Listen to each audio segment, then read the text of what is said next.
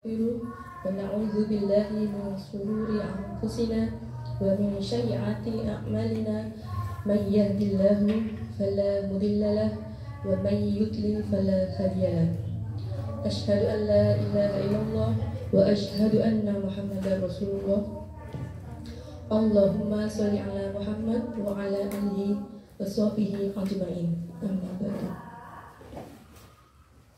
Pertama-tama, marilah kita panjatkan puji syukur kehadirat Allah Subhanahu wa Ta'ala yang telah memberikan kita rahmat, nikmat, hidayah serta kesempatan sehingga kita bisa hadir pada majelis yang penuh berkah ini. Salawat serta salam senantiasa kita curahkan pada junjungan kita Nabi besar Muhammad Sallallahu Alaihi Wasallam dan semoga kelak kita mendapat syafaatnya. Amin. Sebelum acara dimulai, perkenankan kami menyampaikan susunan acara pada pagi hari ini. Yang pertama adalah pembukaan, kedua acara inti, yaitu tausiah yang akan disampaikan oleh Ustadz Zohri Rahman MPDI dengan tema Jaga Jiwa Tetap Muda. Acara ketiga, sesi tanya jawab, keempat, penutup, dan kelima, ramah tamah, yaitu pembagian door prize. Baiklah, kita menginjak acara pertama. Mari kita buka acara pada pagi hari ini dengan bacaan basmalah. Menginjak acara selanjutnya, yaitu acara inti untuk kepada Ustadz Zohri Rahman MPDI. Silakan.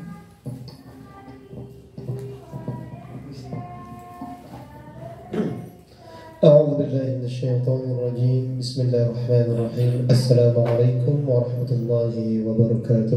وعليكم السلام ورحمة الله وبركاته. الحمد لله الذي بنعمته تتم الصالحات والحمد لله على كل حال. أشهد أن لا إله إلا الله وحده لا شريك له وأشهد أن محمدا عبده ورسوله.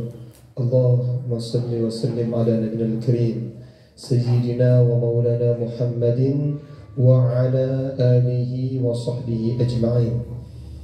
قال الله تعالى في كتابه الكريم أعوذ بالله السميع العليم من الشيطان الرجيم بسم الله الرحمن الرحيم. يا أيها الذين آمنوا اتقوا الله ولتنظر نفس ما قدمت لغد واتقوا الله إن الله خبير بما تعملون ولا تكونوا كالذين نسوا الله فأنساهم أنفسهم أولئك هم الفاسقون لا يستوي أصحاب النار وأصحاب الجنة أصحاب الجنة هم الفائزون لو أنزلنا هذا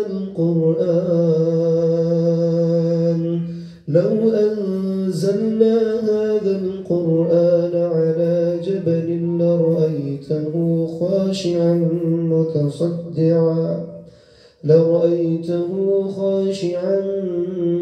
متصدعا من خشية الله وتلك الأمثال نضربها للناس لعلهم يتفكرون. Alhamdulillah, kita bersyukur memuji Allah yang telah memperkenankan kita semuanya hadir di waktu-waktu yang diberkahi. Allah perkenankan kita mengupgrade keimanan dan ketakwaan kita, memperkuat segalanya untuk meraih kebahagiaan atau untuk menjamin diri kita sebagai pribadi atau mungkin sebagai keluarga muslim ya, dalam ikatan keimanan dan menjamin keselamatan kita di dunia dan di akhirat, yakni dengan mengisi waktu-waktu kita dengan berjuang ya. Kenapa saya katakan berjuang? Karena penuh perjuangan harus meninggalkan rumah, sebentar meninggalkan di antara kewajiban-kewajiban kita atau tanggungan kita sebagai istri, sebagai ibu rumah tangga dan yang lainnya. Ya. Kita bersyukur kepada Allah, Allah berikan kesempatan kita di pagi hari yang cerah ini, alhamdulillah. Sedikit mendung jadi nggak terlalu panas ya. Dimana kita berada di waktu-waktu yang diberkahi, yang mana Rasulullah SAW pun pernah mendoakan kebaikan, keberkahan kepada kita di waktu subuh atau di awal pagi. Allahumma barik li ummati fi bukuriha. Ya Allah, berkahilah umatku di pagi harinya. Dan di antara ciri-ciri keberkahan itu, Allah mudahkan kita mengisi waktu dengan hal yang bermanfaat. Surat yang saya baca di awal tadi adalah surat Al-Hasyr, ya, surat Al-Hasyr ayat 18. Ya. Di situ berbicara tentang sesuatu yang paling bernilai di dalam hidup kita. Jangan sekarang punya HP, punya gadget, punya perhiasan, ada punya cincin, punya gelang emas, punya apapun di antara benda kita, barang-barang kita, harta kita yang berharga. Kita masih punya suami, punya anak-anak, punya rumah, atau punya orang tua, atau punya apapun yang berharga di antara kita, semuanya itu bisa hilang, ya. Tapi di antara harta yang berharga yang kita miliki itu, kalau habis bisa kita cari. Uangnya jenengan habis kemarin entah berapa, itu masih bisa kita cari, masih bisa kita usahakan. Begitupun dengan pakaian kita, ya, yang sudah sobek, yang sudah lapuk, ya, itu akan bisa kita cari lagi. Makanan yang kita makan itu akan membusuk, pakaian terbaik kita akan lapuk. Tapi kalau ada, ya, waktu yang telah hilang, maka dia tidak akan bisa kembali. Sehebat apapun kita berusaha, maka itu tidak akan kembali. Oleh karenanya, di dalam surat Al-Hasyr ayat 18 ini merupakan motivasi bagi kaum mukminin yang tidak boleh terlepas. Ya, khotib-khotib juga senantiasa sering ini dibaca setiap Jumat. Kenapa dibaca? Karena butuh recharging. Tahu recharging? Butuh dicas. HP-nya jenengan semahal apapun, kalau nggak dicas, dipakai terus, ya akhirnya nggak bermanfaat nanti. Walaupun pulsanya jenengan banyak, kuotanya bagus, kameranya bagus, aplikasinya juga banyak, semua tidak akan bermanfaat kalau baterainya habis. Nah, jiwa kita ini butuh di recharging. Di antara ayat yang sangat kita butuhkan untuk merecharging, ya, ayat yang digunakan untuk merecharging jiwa kita adalah surat Al-Hasyr ini. Ya ayyuhalladzina amanu taqullah. Wahai orang-orang yang beriman, bertakwalah kepada Allah. Kenapa? Kita diminta untuk senantiasa bertakwa, menjaga ketakwaan kita, meningkatkan ketakwaan kita. Karena itu adalah syarat mutlak keselamatan kita, syarat mutlak kebahagiaan kita. Setiap hari kita bisa sedih, bisa kecewa, bisa takut, bisa gelisah. Tapi kalau kita sudah bertakwa, Allah turunkan kadar kekecewaan, kemarahan kita, kesedihan kita, ketakutan kita itu Allah turunkan kadarnya, bahkan bisa dihilangkan ketika kita bertakwa. Oleh karenanya dalam surat Al-Baqarah ayat 197 Allah sampaikan watazawwadu, berbekallah, ya, fa inna khairaz zadi taqwa, dan bekal terbaik itu dengan ketakwaan, ya. Jadi takwa itu adalah bekal terbaik. Jangan kalau kemana-mana kalau sudah sanggup takwa, Allah yang menjadi jaminan, ya, Allah yang berikan jaminan, garansi keselamatan, ketenangan. Mau apa lagi gitu kan? Bumi ini miliknya Allah, makhluk itu makhluknya Allah. Allah yang menjaga, Allah yang memelihara, Allah yang ngawasi, Allah yang ngatur. Kalau kita sudah, ya, bersama orang yang ngatur, tenang. Jadi dengan misalnya kalau di Kota Malang, kemudian kemana-mana gitu dijamin sama Bapak Wali Kota gitu, ya, enak hidupnya kan gitu.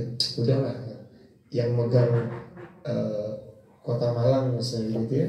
Jadi mau buat hajatan gitu walaupun pakai jalanan raya, kalau sudah dekat sama pemimpin misalnya gitu, enak. Apalagi kalau kita dekat dengan Al-Malikul Mulk, rajanya para raja, ya, yang menguasai segalanya, yang mengatur segalanya.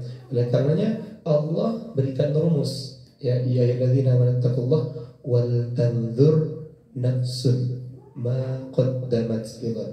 Dan perhatikan diri kalian, disuruh ngaca sama Allah. Perhatikan diri kalian, apa yang kalian persiapkan untuk hari esok. Hari esok di dunia dan hari esok di akhirat. Ya, wattaqullah. Allah tegaskan lagi, bertakwalah kepada Allah. Innallaha khabirum bima ta'malun. Allah akan kabarkan apa yang telah kamu lakukan. Tahu kabar? Kabar itu adalah sesuatu yang terekam atau tercatat. Nah, manusia itu paling suka merekam momen terbaiknya. Jadi kalau selfie, paling suka selfie setelah macet. Tak mungkin baru bangun tidur gitu ya, masih umbelan gitu, terus masih ilernya masih ini, terus di selfie terus di share. Nah, yang kita share biasanya di status itu apa? Yang indah-indah, yang bagus-bagus. Karena kita akan pamerkan. Itulah kabar. Ya, disebut dengan kabar karena dia telah merekam. Maka Allah akan merekam setiap detik, setiap momen. Kalau jangan foto selfie, ya, kalau ada yang nggak bagus, dihapus nih, dihapus. Jangan masak, jangan berias. Kalau ada sesuatu yang kurang baik, kita hilangkan, kita buang. Nah, kenapa kita buang? Karena hakikatnya kita ini suka kebaikan, ya. Oleh karenanya, ketika Allah berfirman, ya, wahai orang-orang yang beriman, bertakwalah kepada Allah dan hendaklah setiap diri memperhatikan. Ya, Allah ingin kita benar-benar fokus. Ya, Allah agak ke depan maju lagi nggak apa, biar nanti yang baru datang bisa maju. Mungkin jangan di bawah sini aja, situ nggak apa-apa. Ya. Jadi Allah sebutkan, ya, manusia itu, ya, innal insana khuliqa halu'a. Manusia itu diciptakan dalam keadaan suka mengeluh. Kemudian Allah juga katakan khalaqal insana fi kabad. Manusia itu diciptakan dalam keadaan kabad. Kabad itu apa? Galau, suka ngeluh, galau. Meskipun Allah katakan khalaqal insana fi ahsani taqwim. Allah ciptakan manusia dalam bentuk yang terbaik. Tapi di sisi bentuk yang terbaik itu ada sifat yang kurang, mungkin manusia itu tidak suka sebenarnya ada itu. Kalau kita mengeluh, orang yang suka mengeluh senang nggak dengan orang lain mengeluh? Nggak suka. Kalau kita suka mengeluh kan? Kalau kita pemarah, senang nggak kalau orang lain marah sama kita? Tidak suka. Kalau orang bohong, ya, tidak suka dibohongi. Perampok tidak mau dirampok. Ya, pezina pun tidak mau saudaranya, anaknya dizinai, padahal dia pezina. Ya, jadi apapun yang ada di antara manusia itu, ketika mereka kecewa, ketika mereka mengeluh, ketika mereka sedih, ketika mereka terpuruk, ketika mereka susah untuk mendapatkan ketenangan, semua itu ternyata disebabkan karena mereka tidak mencoba untuk recharging jiwanya, tidak mencoba untuk meningkatkan ketakwaannya. Ini rumusnya jelas. Allah katakan begitu. Kemudian Allah katakan wala takunu kalladzina nasullaha fa'ansahum anfusahum. Dan janganlah kamu seperti orang-orang yang lupa kepada Allah sehingga Allah menjadikan mereka lupa kepada dirinya sendiri. Pernah tahu orang lupa diri? Ya, aku siapa gitu. Ya, aku di mana gitu. Itu ODGJ. Kalau udah lupa diri itu kan udah ODGJ. Orang kalau sedang jatuh cinta kadang lupa diri. Atau orang sedang kecewa, patah hati, itu kadang lupa dirinya. Waktunya makan, waktunya dia memperhatikan dirinya, dia lupa. Orang yang kehilangan orang yang dicintai, itu rasa terpukulnya sangat berat. Kadang-kadang mereka kalau lupa bahwasanya dia kembali kepada Allah, ya, Allahnya kita saat kita hidup dan Allah ketika kita mati itu sama Tuhan kita. Allah yang baik, yang maha baik, yang sekarang memberikan kita kehidupan, dan ketika kita mati Allah kita tetap sama. Nah, kalau kita sudah dekat di dunia, kita tidak akan khawatir ketika kita dihadapkan atau tambah dekat lagi sama Allah. Kita kan suka kebaikan, ya. Jangan kalau makan suka jeruk atau suka durian, misalnya nih. Terus kalau jenengan dikasih durian langsung di kebunnya, enak nggak? Pernah nyobain nggak? Pernah. Durian itu matang langsung, sensasinya beda. Jeruk misalnya gitu, beli sama langsung metik buahnya, apalagi gratis gitu ya. Ya kan? Lebih enak mana? Enak gratis, langsung kepada sumbernya. Nah, begitupun kebaikan. Kita ini suka orang lain baik sama kita. Yang paling baik dan yang mengirimkan orang-orang yang baik dan apapun yang baik itu adalah Allah. Allah itu sumber kebaikan. Kenapa kita hari ini takut untuk mendekatkan diri kepada Allah? Berarti ada yang menghalangi kita. Nah, kapan kita dianggap takut mendekat diri kepada Allah? Ya ketika kita sedang ditawarkan untuk sholat tahajud, kita justru tidur, ya kan, selimutan. Padahal sumber kebaikan itu adalah Allah. Ketika kita dulu misalnya ujian nasional, atau ketika anak kita wisuda, ya, wisudanya jam 7, jam 8 pagi, macaknya jam berapa? Sebelum subuh. Ya, sebelum subuh udah macak itu. Tapi kalau di luar itu, gitu, mau sholat subuh, sumber kebaikan, sumber kebahagiaan. Wisudanya dia itu tuh belum tentu menentukan dia akan dapat pekerjaan yang layak. Ya, dia hanya akan mendapatkan pengakuan ijazah yang tercatat saja. Tapi belum tentu orang itu bernilai, kan begitu? Bisa saja nilainya bagus angkanya, tapi orangnya bernilai itu tidak, kan belum tentu. Tapi kalau kita bisa mampu sholat subuh tepat waktu, apalagi kita sholat 2 rakaat sebelumnya, kan dunia dan isinya itu jauh ya nilainya dibandingkan 2 rakaat sholat sebelum subuh, apalagi tahajud. Jadi kita sering dimotivasi bahwasanya sholat 2 rakaat sebelum sholat subuh atau sholat fajar itu lebih baik daripada dunia dan isinya. Tahajud itu jauh lebih baik, karena ya Allah memberikan kemuliaan bagi siapapun yang bisa istiqomah. Istiqomah itu lebih penting daripada karomah, karena karomah itu tidak akan didapatkan kecuali melalui istiqomah. Ada orang itu ya nyari karomah dengan cara apa gitu? Dengan cara ilmu gitu ya. Ya, dengan cara tirakat, nah gitu ya. Nah, tirakat yang benar di dalam Islam, tirakat itu sebenarnya ajaran Islam. Cuma di Indonesia tirakat itu sudah beda anggapan. Tirakat itu menjauh dari manusia, hidup-hidup, kemudian dia bertapa. Nah, Rasulullah kan tirakat duduk ke Uzlah atau tirakat ke Gua Hira untuk menjauh sejenak dari manusia, dan itu penting. Ada saatnya kita itu ya menyendiri memang untuk merenung. Merenungnya di sini dalam rangka tarok. Tarok itu meninggalkan dunia. Sejenak kita tinggalkan hiruk pikuk dunia. Sejenak kita meninggalkan gosip, meninggalkan ghibah. Untuk apa? Untuk merefleksikan diri kita, ya, bahwasanya aku ini hamba. Sejauh ini kata Allah, kita diminta untuk berkaca. Ya. Jangan sampai kita lupa sama Allah. Apa sih yang kita persiapkan untuk besok, minggu depan, bulan depan, sampai Islam itu saking sempurnanya, kita diajarkan untuk mempersiapkan hari akhirat yang sangat jauh, tapi itu pasti. Sesuatu yang pasti ini sudah jelas gitu kan. Anak kita kalau mau sekolah besok atau tadi pagi, kan kita sudah persiapkan seragamnya, buku-bukunya, tasnya. Sebelum dia masuk sekolah dulu kita sudah persiapkan, beli untuk SPP-nya, kita pilihkan sekolah, kan begitu. Nah, apapun itu ada yang namanya tadarruj. Tadarruj itu apa? Tahapan. Nah, tahapan ini melewati detik demi detik, menit demi menit, waktu demi waktu. Di dalam Islam, Allah menggambarkan nama waktu itu berbeda-beda.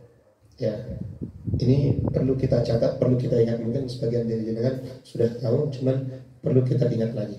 Dalam Islam itu waktu itu digambarkan oleh Allah dengan nama-nama yang berbeda. Yang pertama, ada yang disebut dengan ad-dahr. Ad-dahr itu artinya masa, ya, masa yang digunakan untuk menggambarkan sesuatu yang tidak pernah kita ketahui. Kapan itu? Sebelum jenengan lahir dan setelah jenengan meninggal. Itu namanya ad-dahr. Sesuatu ya, atau masa yang digunakan untuk menggambarkan sesuatu yang belum pernah kita temui dan belum akan kita temui dan tidak akan kita temui. Itu namanya ad-dahr. Itu Allah sebutkan. Kalau di Indonesia kan waktu ya waktu gitu kan. Semua waktu dianggap dengan waktu. Tapi kalau dalam Islam Allah sebutkan masing-masing secara detail. Yang pertama ad-dahr. Sebagaimana Allah sebutkan kalau nggak salah dalam surat Al-Insan. Hal ata 'alal insani hinun minad dahr.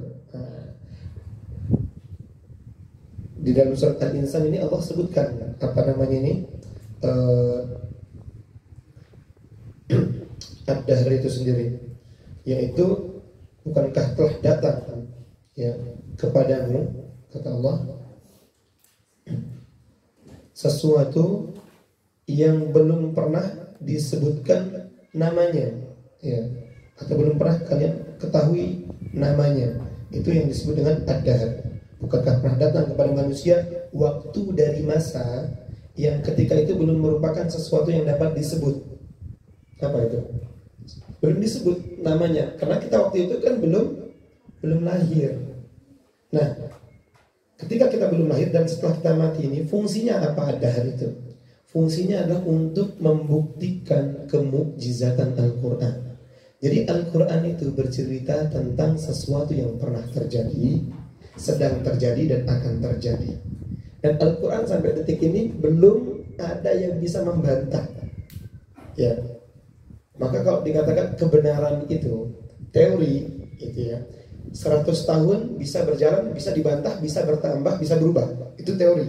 Misalnya ilmu kesehatan, ilmu kedokteran, obat itu berubah-berubah. Gak mungkin komposisinya sama terus, karena bakteri itu berubah, berkembang, sehingga obat itu pun ya pada kebenaran dan itu empiris. Nah Al-Quran ini ya sudah 1400 tahun turun, belum ada yang bisa membantah kebenarannya, justru tambah kuat kebenarannya.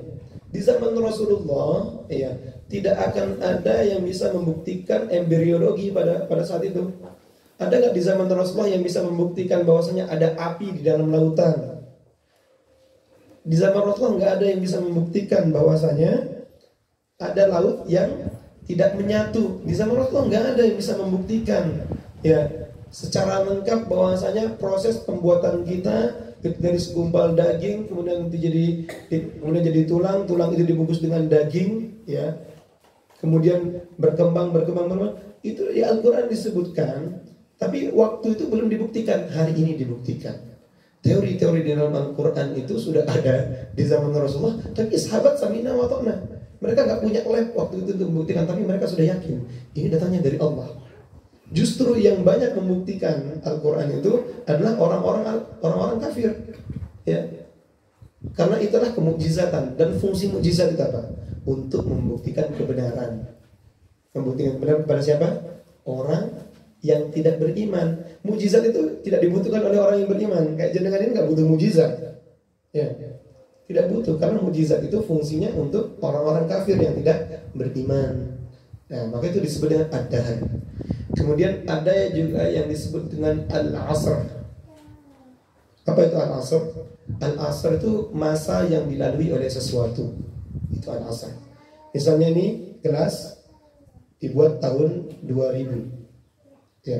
Tahun 2025 ada buka bersama. Ya. Kemudian ini kesenggol pecah. Nah, berarti usianya 2000 sampai dari tahun 2000 sampai tahun 2025. Itu namanya al-asr, masa yang dilalui sesuatu. Ada orang lahir tahun 1960, tahun 2024 dia meninggal. Nah, itu waktu yang dilalui itu disebut dengan al-asr. Paham ya? Jadi masa yang dilalui oleh sesuatu. Nah, terus ada batasannya. Nah, batasan waktu itu disebut dengan ajal. Waktu yang memotong atau yang membatasi sesuatu. Likulli ummatin ajal. Setiap sesuatu itu punya ajal. Jenengan sekarang punya HP, sesayang apapun jenengan sama HP-nya, gadgetnya, ada ajalnya. So, entah itu rusak atau kita jual, ganti yang baru atau hilang, kan gitu. Dan juga punya perhiasan. Dulu jenengan ada baju kesayangan ketika TK, nggak bisa jangan pakai sekarang, walaupun jenengan sayang. Ya kan, yang punya rok mini gitu kan, waktu gaun waktu SD itu nggak bisa dipakai sekarang. Ada ajalnya, ada batasnya. Entah kena sobek, kena setrika, kan begitu. Begitupun perhiasan jenengan, sehebat apapun jenengan sayang sama gelang sama cincin, ada saatnya itu diganti, dijual atau digadaikan, terus nggak bisa ditebus. Kan kita nggak tahu ya, setiap sesuatu itu punya ajal. Nah, kan kalau kita sudah tahu dan sadar sesuatu itu ada ajalnya, nah nanti ada juga yang disebut dengan al-waktu. Apa itu al-waktu? Yaitu masa yang digunakan untuk menyelesaikan sesuatu. Itu namanya waktu. Apa contohnya? Waktu sholat zuhur dari jam 11.20 sampai menjelang asar. Itu waktu sholat subuh. Waktu misal remaja atau waktu sekolah. Ya, waktu sekolah kapan? Kan ada waktunya. Ya, waktu kajian dari jam 8 sampai jam 10 atau jam berapa ini kita lihat? Jam 9.30 ya. Maaf ini panitia saya jam maksimal jam 10 ya. Ini nanti ada sesi rukyahnya lagi nggak? Kalau ada sesi rukyahnya berarti materinya jangan panjang-panjang kan begitu. Gak apa, sekalian healing ya. Healing dengan Quran itu healing yang paling nikmat. Karena kenapa tadi saya awali dengan itu? Sesuai dengan perintahnya Allah dalam surat Al-Jumu'ah ayat 2 atau ayat 3 itu. Yatslu 'alaihim ayatihi wa yuzakkihim wa yu'allimuhumul kitab. Itu adalah bagian dari risalah para nabi. Tahu risalah? Risalahnya para messenger. Messenger itu pembawa berita. Pembawa berita. Ya. Nabi itu pembawa beritanya. Nabi. Bahasa Inggrisnya messenger. Bahasa Arabnya nabi. Berita yang dibawa namanya an-naba. Ya, berita besar. Ya, jadi nabi itu pembawa berita. Jangan sampai ada yang punya suami reporter mengaku nabi. Karena yang dibawa dia beritanya nggak besar ya. Karena masih masuk ke opini walaupun di situ ada faktanya. Ya. Kalau ini karena berita yang dibawa adalah berita dari Allah, dari langit, maka namanya nabi. Tapi kalau berita itu dibawa, walaupun misalnya saya sekarang yang saya beritakan adalah berita dari Allah, saya bukan nabi karena saya bukan pertama yang menyampaikan, gitu ya. Jadi al-waktu, yaitu masa yang digunakan untuk menghabiskan sesuatu. Kemudian ada juga yang namanya umur. Apa itu umur? Waktu atau masa ya yang digunakan untuk menghabiskan sesuatu atau menyelesaikan sesuatu dan bernilai pahala. Itu umur. Ya, kalau jangan ditanya umurnya berapa, beda. Kalau dalam Islam itu umur dengan usia itu beda. Umur itu adalah waktu yang digunakan dan bernilai pahala. Kalau waktunya jangan leyeh-leyeh, waktunya kita bermaksiat, lalai, itu tidak masuk ke dalam umur.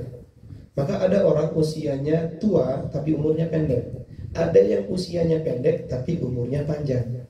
Makanya kalau kita bersilaturahim, katanya memperpanjang umur. Bukan usianya jangan yang pertama, enggak, umurnya. Tahu umur? Apa umur tadi? Waktu yang bernilai pahala. Jadi selama jenengan silaturahim itu dianggap umur. Walaupun di sana isinya guyonan, kecuali gibah ya. Ya. Di situ misalnya jangan guyon apapun, selama jangan silaturahim, ya, di situ umur kita panjang. Jadi jangan, oh itu kan bisa memperpanjang umur, sedekah bisa memperpanjang umur. Kenapa dikatakan begitu? Nah, inilah pentingnya dan inilah yang kita bahas ya, yaitu menjaga jiwa kita tetap muda. Nah, itu kaitannya dengan apa tadi? Al-asr, ya. Kaitannya dengan ad-dahr, al-asr, al-waktu, ajal, umur. Itu nama-nama waktu di dalam Al-Quran. Jadi Islam itu detail ya.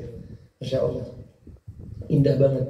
Jadi ketika ada ibu indah, ya indah banget tuh Al-Quran ya, Masya Allah. Jadi ketika seseorang sadar bahwasanya waktu itu adalah modal utama yang Allah berikan kepada kita semuanya. Ini kita beda-beda jabatan, beda-beda tahun kelahiran, tapi sama-sama diberikan waktu sehari itu 24 jam sama Allah. Kita gunakan untuk apa kan beda-beda ya. Jangan ada yang menghabiskan waktu dengan anak, dengan suaminya, ada dengan pekerjaannya, ada dengan hobinya, macam-macam. Ya, masing-masing kita bagaimana caranya dan apa pentingnya kita menjaga jiwa muda. Dikatakan bahwasanya peradaban Islam dan peradaban dunia itu semua dibangun dari para pemuda yang masih menjaga jiwa mudanya. Bisa saja sekarang ini, tapi kalau di sini masih muda semua ya, wajah-wajah pemuda semua kan. Di tahun 60-an, 70-an, remaja semua di tahun 80-an. Ya kan anak muda semua ya. Ada yang di bawah kepala 3? Oh, ada. Masya Allah, semangatnya luar biasa. Masya Allah. Dapat door prize nanti ini. Masya Allah ya. Nanti gitu ya, yang paling muda sama yang paling mudanya duluan.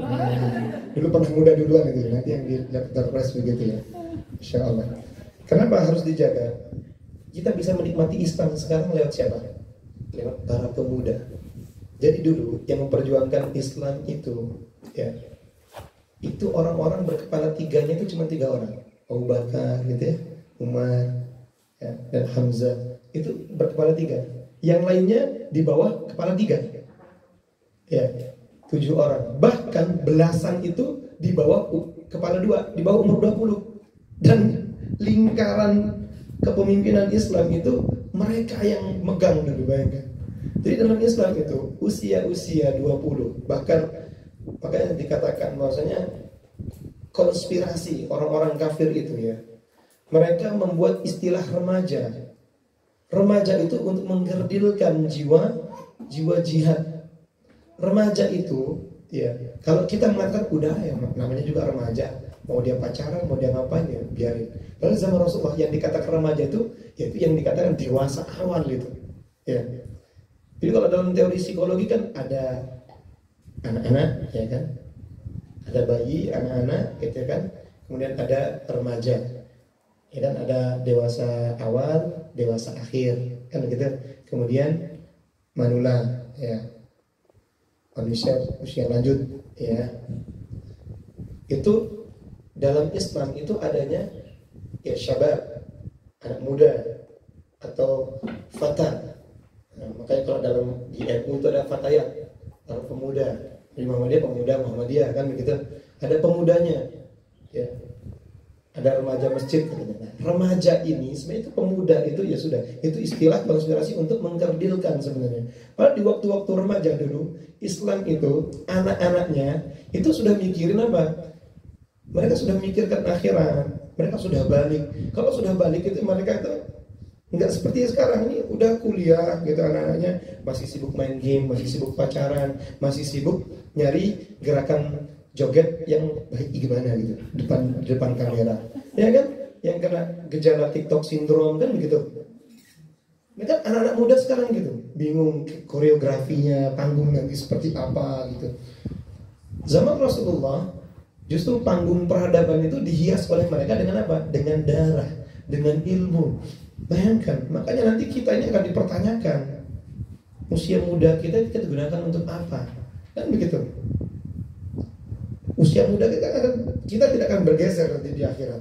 Ya, yaumul mizan, di hari pertimbangan itu, saat amal kita ditimbang, sebelum ditanyakan tadi itu, harta kita dari mana kita dapatkan dan untuk apa kita gunakan, untuk apa kita belanjakan.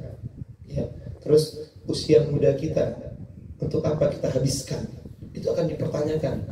Dan kita sebagai orang tua juga akan ditanyakan.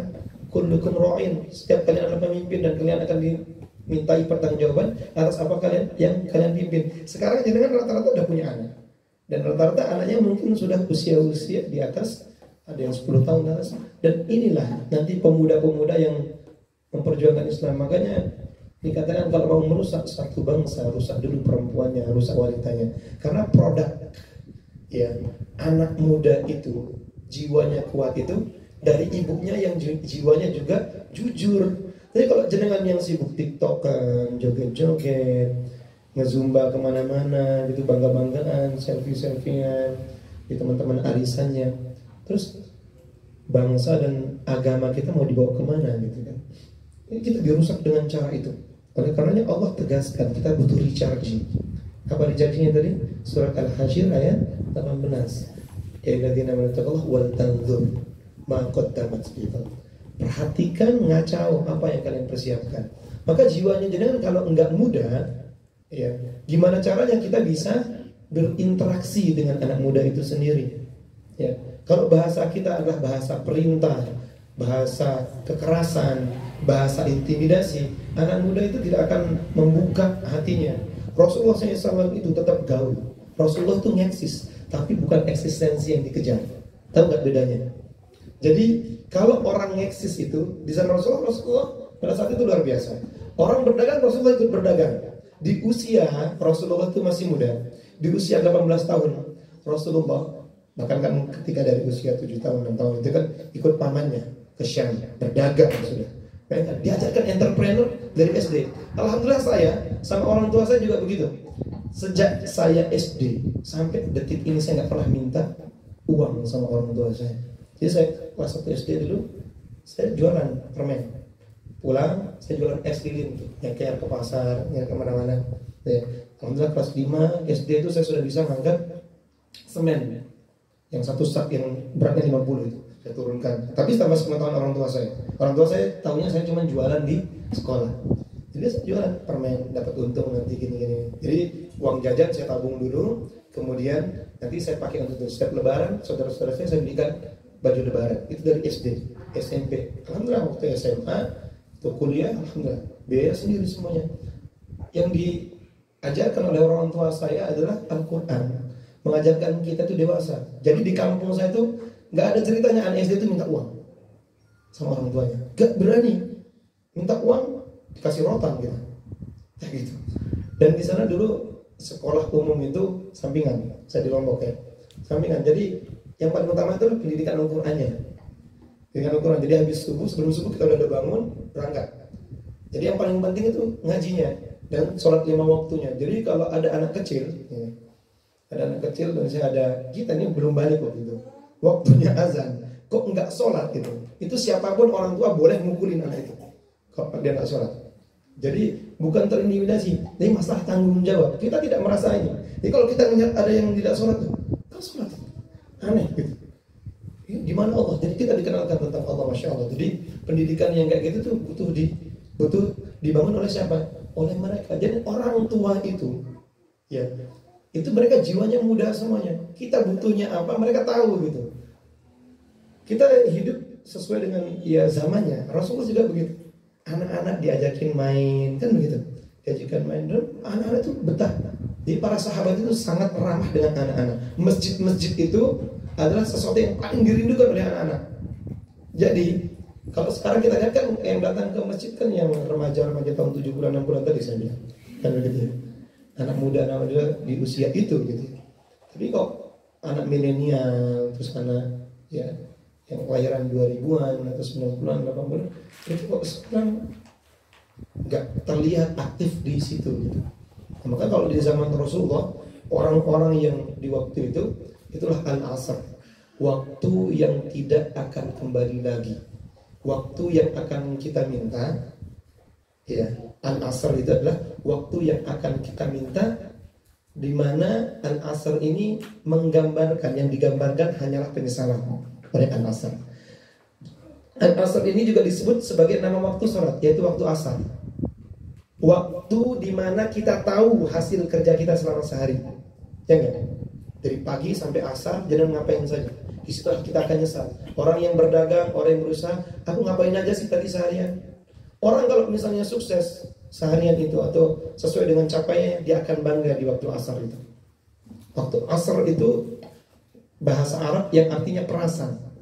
Kalau dalam bahasa Arab, jus itu al-asr, itu ada jus kunyit, nah, di depan itu jahe, nah, itu sinom, saya nggak tahu itu apa. Yang jelas itu ada kunyitnya. Saya punya keyakinan begitu, ya, karena warnanya kuning. Nggak mungkin, kan nggak mungkin alpukat kayak gitu kan. Nah, jus itu al-asr, ya, itu dijual ya, ya. Nah, Masya Allah. Itu jualannya siapa? Majelis kalian. Masya Allah, alhamdulillah. Kan keuntungannya juga untuk kas kan ya? Iya kan ya?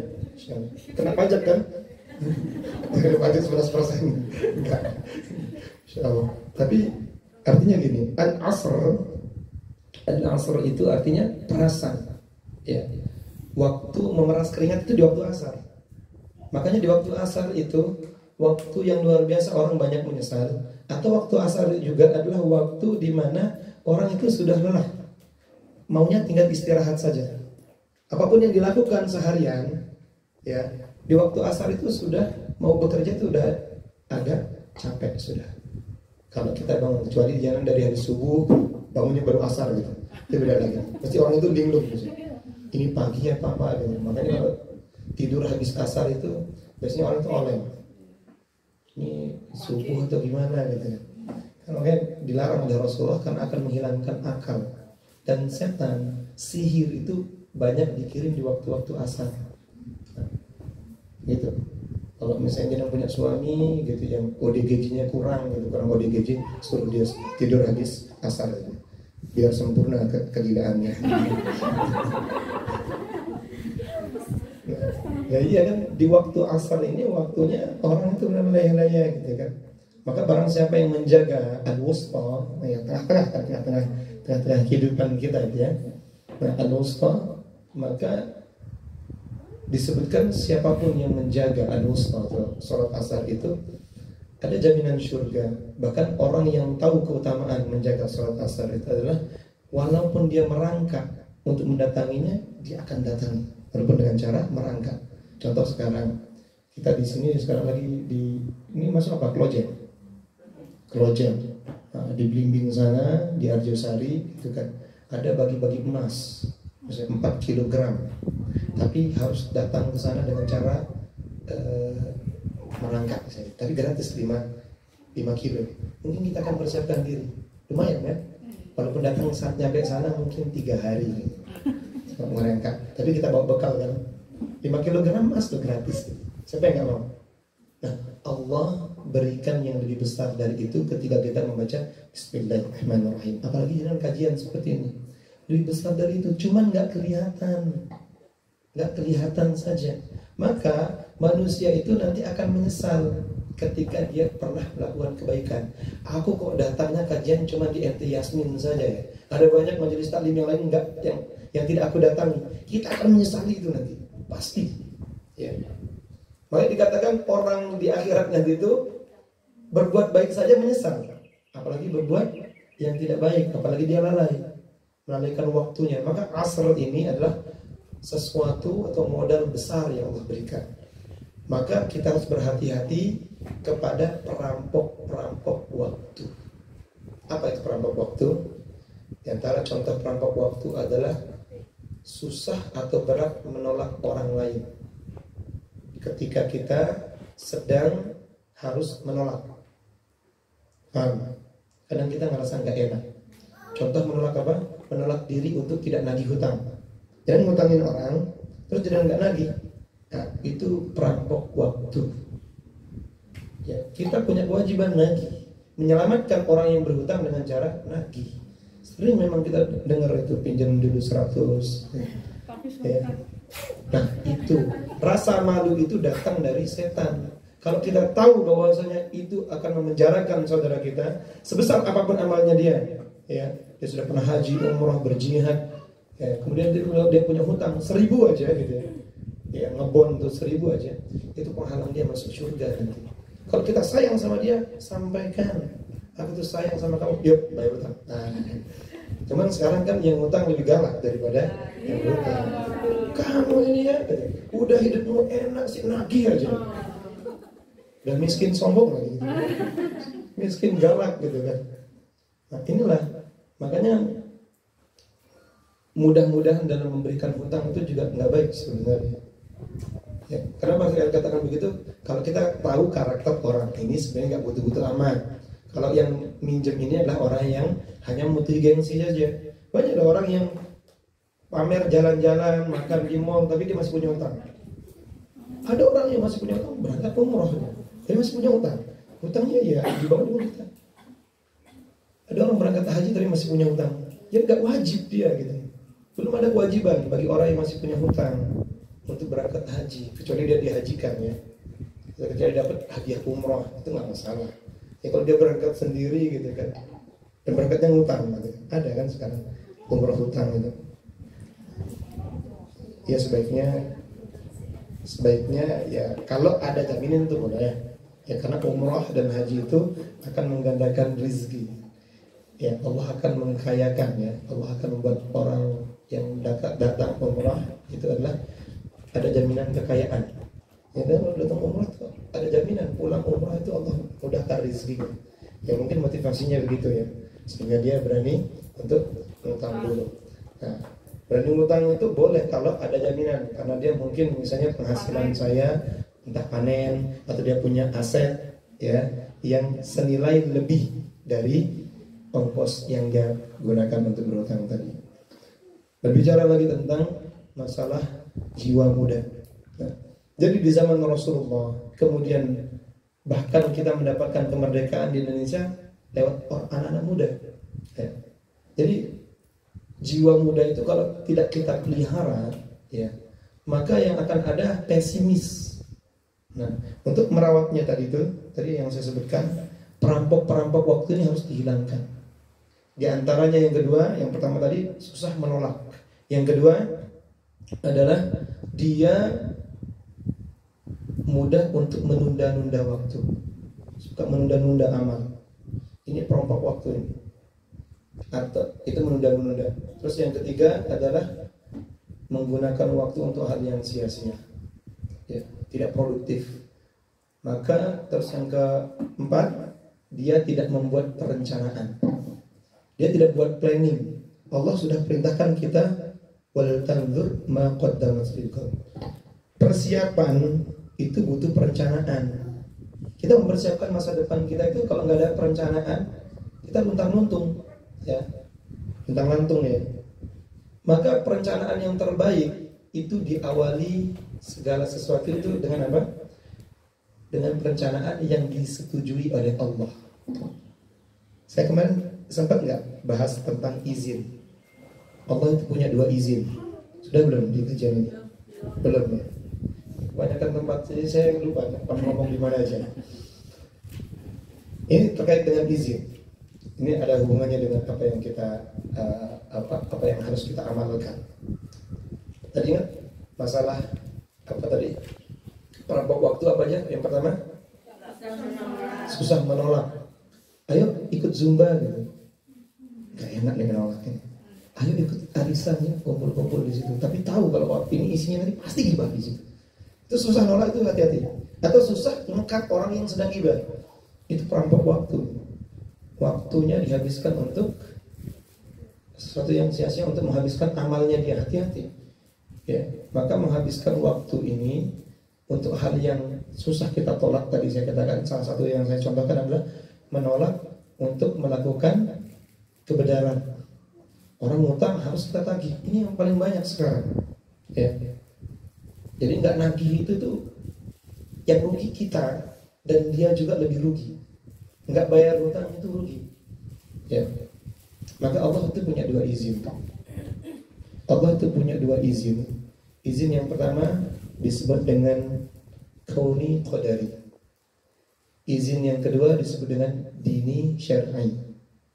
Yang pertama disebut dengan kauni qadari. Yang kedua disebut dengan izin dini syar'i. Kita sampai jam berapa tadi? Jam 10. Oh, yang banyak yang mau jemput anak juga ya. Izin kauni qadari adalah izin yang Allah berikan sesuai dengan tabiat dan kadar yang ada di atas muka bumi ini. Ya. izin yang sesuai dengan kebiasaan umat atau kebiasaan alam semesta. Contohnya api kalau kena kertas, ya kertasnya kebakar. Baju jenengan kena air basah. Ya, jenengan minum kopi ada pahit manis, itu berasa di situ. Itu namanya izin kauni qadari. Contoh lainnya, kita lahir di Indonesia, wajahnya ya Asia kayak gini, tapi nggak bisa Asia yang Korea. Ya, jangan lahir di Jawa ya wajahnya orang-orang Jawa gini aja gitu kan, wajah Indonesia, wajah Melayu. Nggak bisa, jangan nuntut wajahku aku pengen kayak wajah Korea atau Eropa gitu ya, nggak bisa. Itu izin kauni qadari. Nah, izin kauni qadari ini adalah izin yang Allah izinkan tapi belum tentu Allah ridho. Allah izinkan kita belajar matematika, belajar sains, ada yang bisa buat pesawat, ada yang bisa buat motor, mobil, ya. Itu izin kauni qadari namanya. Jadi apapun kadarnya, ya. Ada orang yang berhubungan badan di luar nikah, hamil, padahal nggak nikah, tapi bisa hamil. Itu namanya izin kauni qadari. Allah izinkan, tapi Allah tidak ridho. Paham ya? Ada orang yang dibunuh, ya dibunuh di waktu muda, dia mati. Allah izinkan untuk mati, tapi Allah tidak ridho dengan perbuatan itu. Ada orang bunuh diri, kayak gitu ya. Itu namanya izin kauni qadari. Ada orang kaya raya, masya Allah, gitu kan, kaya raya, tapi dari hasil riba. Allah izinkan dia kaya. Maka jangan kepedean. Apapun yang kita rasakan sekarang, menurut kita mungkin capaian dunianya bagus atau baik, belum tentu Allah ridho. Ya. Kemudian izin yang kedua disebut dengan izin dini syar'i. Izin dini syar'i, yaitu izin yang Allah buat, ya, yang Allah buat untuk mendekatkan diri kepada Allah dan mencapai ridhonya. Mendekatkan diri dalam bahasanya taqarrub, ada qaruba, atau ada kan istilah teman karib, teman dekat, dari qaruba. Kalau ada teman karib itu ciri-cirinya apa? Dia berkurban. Ya, kurban itu artinya mendekatkan, usaha untuk mendekatkan diri. Maka kalau ada orang yang cinta, ada orang yang dekat, ciri-cirinya dia berkorban. Jadi kalau cinta sama ilmu, cinta sama MT Yasmin, dia berkorban, datang ke sini sekarang. Nah, itu namanya qaruba. Ya. Nah, izin yang Allah berikan atau izin dini syar'i ini, contohnya ini, mendatangi ilmu, sholat, puasa, zakat, haji, sedekah, itu semua kita lakukan untuk mendekatkan diri kepada Allah dan Allah itu ridho. Kalau dini syar'i kita lakukan, insya Allah Allah akan ridho. Ya, segala yang diridhoi Allah, keberadaannya itu pasti berujung menenangkan dan membahagiakan. Ya, jenengan menolak sesuatu, ya, menurut kita itu enak. Ya, ditawari sesuatu itu enak. Tapi kalau bisa jenengan cut, itu pasti berujung menenangkan dan membahagiakan. Ada peluang untuk korupsi, ada peluang untuk berbohong, tidak kita lakukan, apa yang terjadi? Tenang dan bahagia. Tapi ada sesuatu yang menyenangkan, enak kayaknya, gitu kan? Aku nyaman kayaknya. Tapi kalau Allah tidak ridho, pasti berujung menyakitkan. Pasti. Ya, segala yang tidak diridhoi oleh Allah pasti akan berujung menyakitkan. Orang pacaran, enak enggak? Senang mereka, nyaman. Orang selingkuh, zina, senang mereka. Tapi pasti berujung menyakitkan. Lu pacaran kan jenengan misalnya gitu ya. Ada yang enggak pacaran? Angkat tangan yang enggak pernah pacaran sebelum nikah. Udah pacaran semua ya? Dulu ya. Menyakitkan enggak ujungnya? Menyakitkan. Kalau enggak meninggalkan ya ditinggalkan. Dulu aku yang ninggalin dia, tapi kok sekarang dia ganteng ya, kata dia. Kok kaya ya? Kok baik ya orangnya itu ya? Wah, jadi juragan travel umroh haji ya. Kenapa nggak sama dia dulu gitu kan? Nah, menyakitkan. Ya. Semua yang tidak diridhoi Allah pasti menyakitkan. Ya, baik kita meninggalkan atau walaupun itu kan pacarku dulu, tapi sekarang aku nikah kok sama dia, pasti menyakitkan. Karena setelah kita menikah sama dia, kita tahu ternyata ada yang suka sama kita juga dulu lebih baik. Kita perbandingkan. Dan kenikmatan dalam pernikahan itu setelah yang diawali dengan pacaran pasti berujung menyakitkan, mengecewakan pasti. Makanya karena benihnya sudah jelas, ya, benihnya sudah jelas. Maka istilah waktu kita itu dengan hal yang positif. Itu yang pertama tadi apa? Susah menolak apa? Susah menolak sesuatu yang harus ditolak. Yang kedua, menunda-nunda. Yang ketiga, mengisi waktu dengan hal yang sia-sia. Yang keempat, tidak membuat perencanaan yang baik, yang matang. Ya. Maka inilah yang harus dilakukan. Nah, di antara perencanaan dan di antara, nah setelah perencanaan yang kelima, ya, supaya kita tidak terhindar dari perampok, supaya kita tidak terjebak atau disandera oleh perampok waktu, adalah kita segera mengamalkan hal yang terkecil dan yang paling mudah. Kalau kita tidak mampu melakukan itu, kita akan terjebak, ya, akan tersandera oleh perampok waktu itu tadi. Nah, maka inilah yang membuat orang itu berbeda dalam beramal nanti. Ada sesuatu yang kita amalkan, kita itu pengennya cepat, ya nggak? Sukses pengennya cepat nggak? Pengen bahagia dengan cepat? Pengen kajiannya segera selesai? Ya, kita selesaikan. Kita tutup. Ya, artinya sesuatu yang tidak nyaman itu menunggu. Ya, apalagi wanita. Wanita itu kan hanya butuh kepastian, kan gitu. Ya, dia nggak butuh kepastian. Butuh. Pasti yang ditunggu adalah kepastian dan ketegasan dan kejelasan. Itu wanita. Ya, manusia semuanya begitu.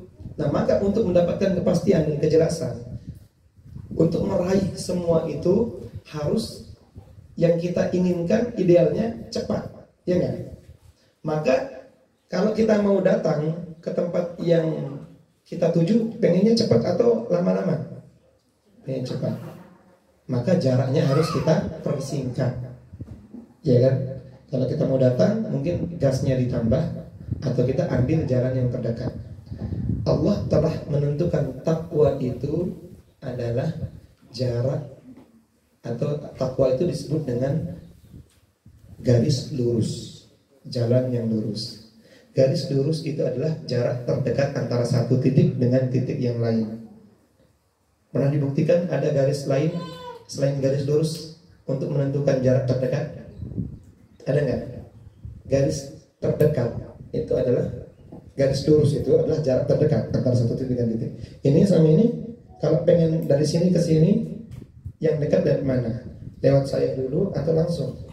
Langsung.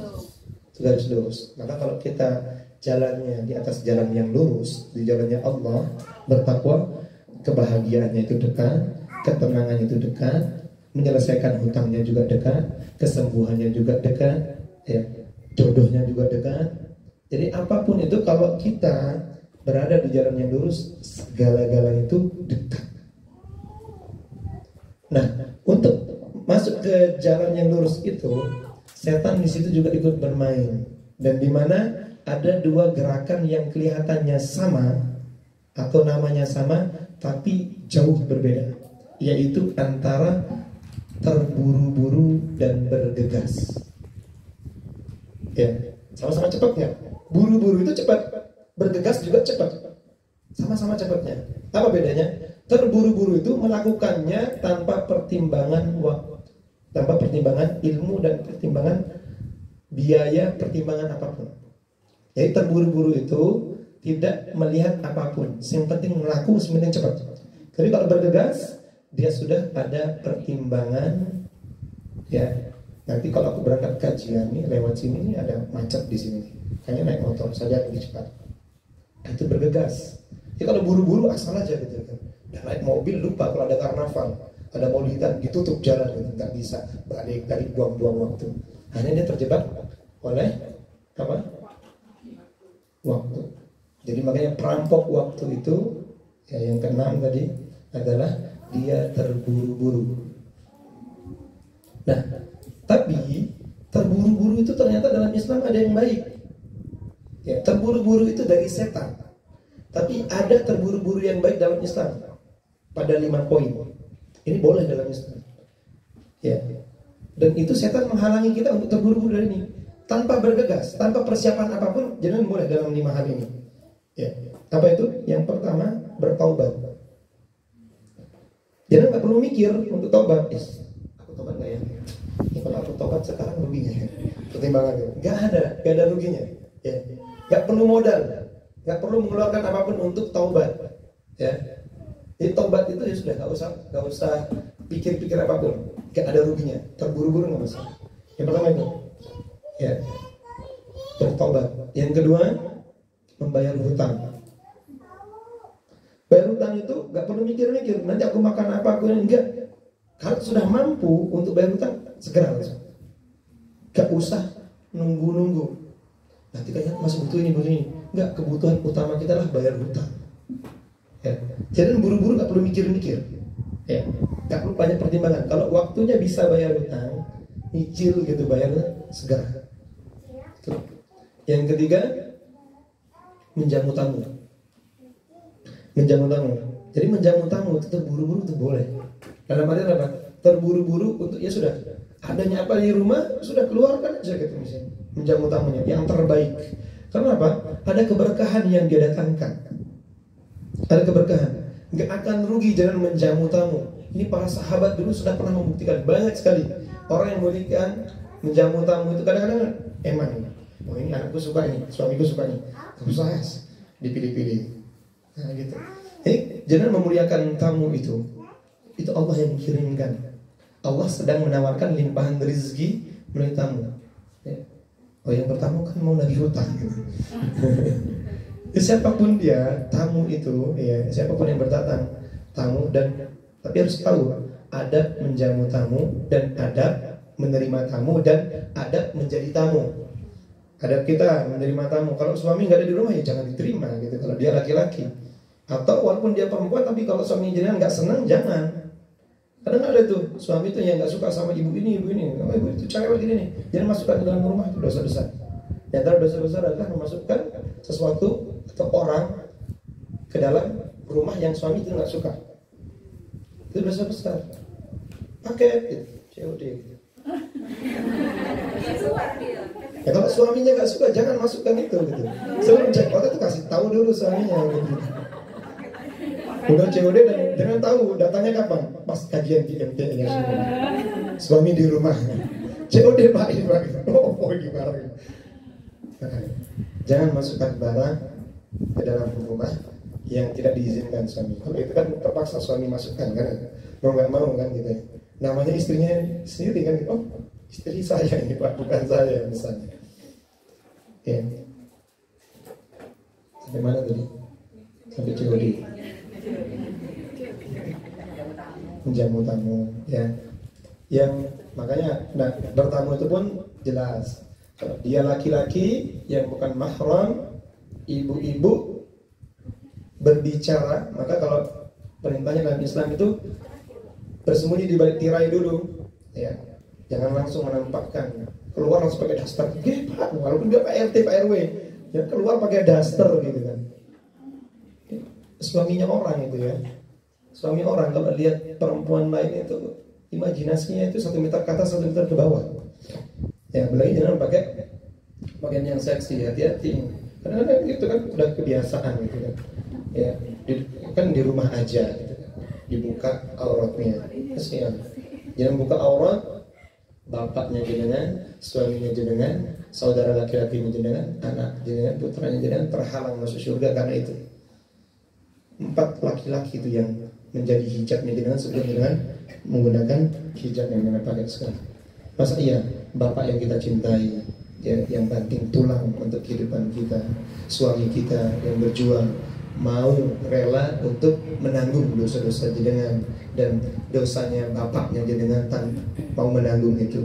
Kemudian saudara laki-laki kita yang menjadi wali kita kalau bapak kita udah nggak ada, dan yang keempat putra kita. Masa iya orang-orang yang kita cintai mau kita seret ke neraka gara-gara Gara-gara hal yang menurut kita mungkin sepele kan itu, pakai daster aja di sana gitu, atau jenengan datang ke Zumba pakai pakaian yang ketat gitu kan, sudah bentuknya kayak lepet gitu kan, pede aja gitu. Kan banyak gitu, dilihat juga nggak enak kan kayak gitu kan. Yang menikmati siapa kan gitu, pede gitu, berseliweran di mana-mana gitu. Ya olahraga itu bagus gitu kan, tapi jangan pas lagi masih jadi lepet kok dipamerin gitu loh. Pedenya dari mana gitu. Subhanallah. Ini bukan nyinyir ya. Ya, tapi memang memprihatinkan gitu. Itu memang memprihatinkan banget ya kayak gitu ya. Kepada ini ya. Oh, ini direkam ya. Ya, kepada ibu-ibu yang suka Zumba ya, tolong ya. Ya, jaga itu. Jaga orang-orang yang dicintai ya. Karena laki-laki di luar itu kadang-kadang, mohon maaf, seandainya orang yang punya penyakit hati di dalam hatinya disebutkan melihat itu sama seperti setan, jin dan manusia, setan dari kalangan jin dan manusia, kalau melihat sesuatu yang haram mereka senang. Tapi kalau orang yang sudah beriman, ada rasa senang dari nafsunya, tapi jiwanya menolak, risih. Ya, jangan kalau lihat kok tiba-tiba ada laki-laki perempuan pacaran gitu kan, peluk-pelukan, risih kan? Itu iman yang berbicara. Tapi mereka yang menjalani juga asik-asik aja, enak-enak aja kan gitu. Orang yang pakai pakaian ketat gini-gini, ya laki-laki yang ini dia bisa menikmati. Tapi kalau orang yang punya iman risih, ya risih pastinya gitu kan. Pasti. Tapi kalau dia pelototin terus kan, gitu. Berarti itu kejahatannya yang melihat. Hati-hati kayak gitu.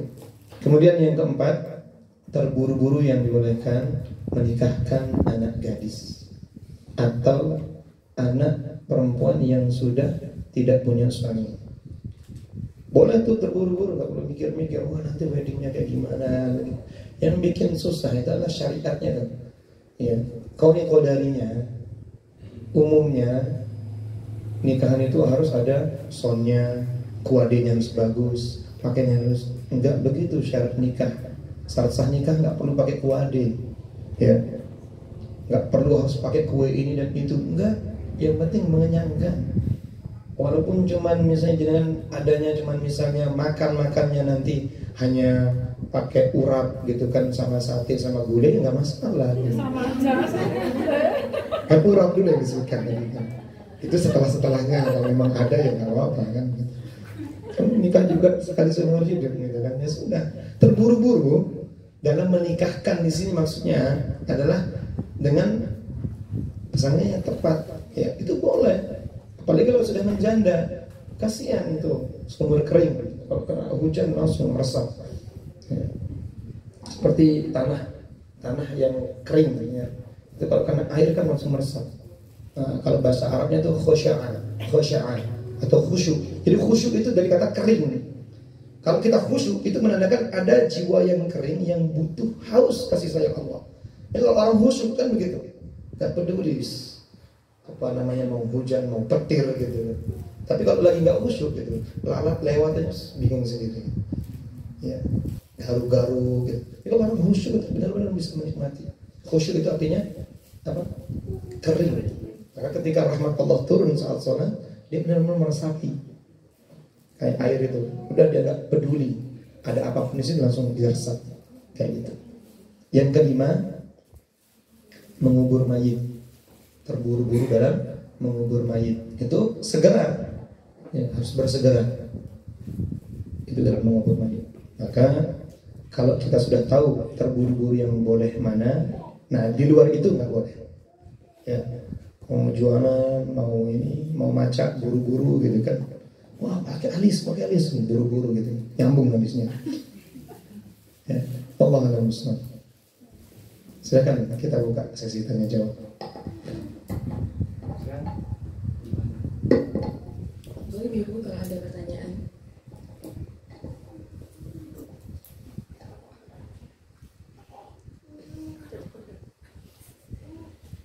Ini sudah jelas. Assalamualaikum warahmatullahi wabarakatuh. Waalaikumsalam warahmatullahi wabarakatuh. Saya mau bertanya tentang masalah yang hutang piutang. Itu kan kita wajib menagih bagi yang kalau misalkan kita menghutangkan, kita wajib menagih. Kalau kita menagihnya sudah 3 kali bahkan lebih, tapi tidak ada respon atau bahkan orangnya menghilang, itu bagaimana? Terima kasih. Ada lagi? Ada lagi Bu? Nggak apa-apa. Biar jelas. Biar yang di luar dengar.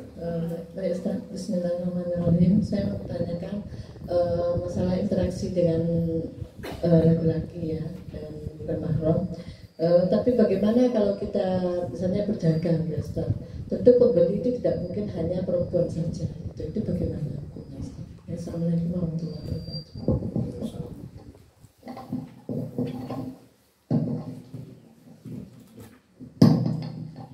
Baik.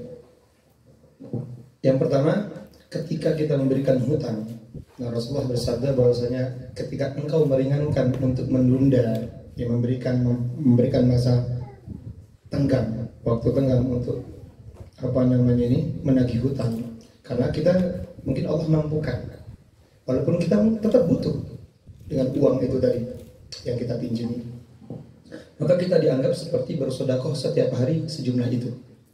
Jangan mengutangin orang 1 juta, ya. Jenengan meringankan, tidak menagih, maka jangan dianggap bersedekah setiap hari sejumlah yang jenengan hutangi itu. Nah, ini motivasi untuk orang yang ngasih hutang. Untuk orang yang berhutang jangan pakai itu dalil gitu kan. Oh, Anda sudah bersedekah, udahlah, ayolah, gitu kan. Jangan bersedekah sejumlah itu gitu.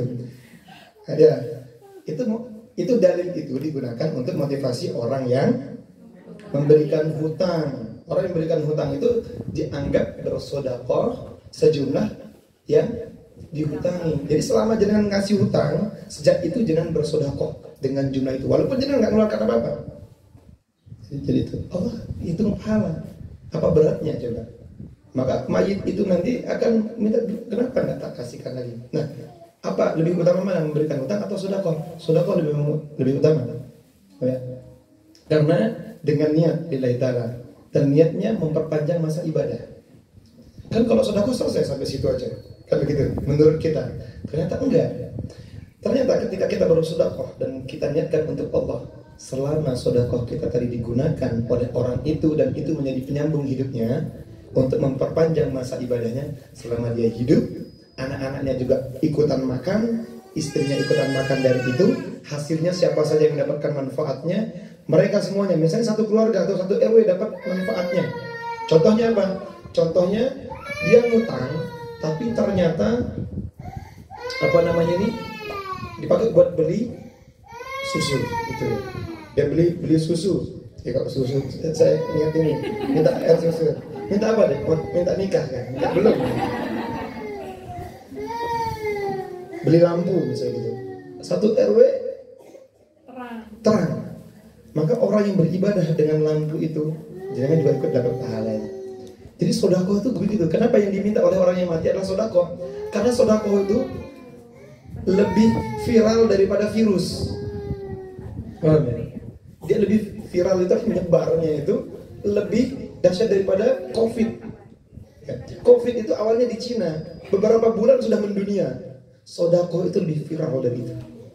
Kenapa? Contoh. Jangan sedekah sama dia, jangan beramal soleh nih, ya kan? Sedekah atau jangan tadi ngutangin. Nah hutangnya jangan kan dianggap sedekah tuh 1 juta. Nah 1 jutanya dia itu dia kan sholat. Maka selama dia sholat, dia beramal soleh dengan itu.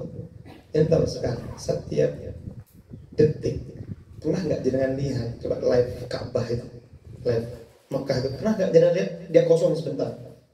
Pernah. Dan di situ ada orang sholat 24 jam. Ini umroh 24 jam. Ketika mereka sholat di depan Ka'bah yang pasti Allah akan dengarkan doa mereka. Jutaan orang ya, bukan hanya ribuan, jutaan orang di Mekah dan di Madinah, 2 tempat suci. Ketika tahiyat mereka mengatakan apa? Assalamu alayna wa ala ibadillahi sholihin.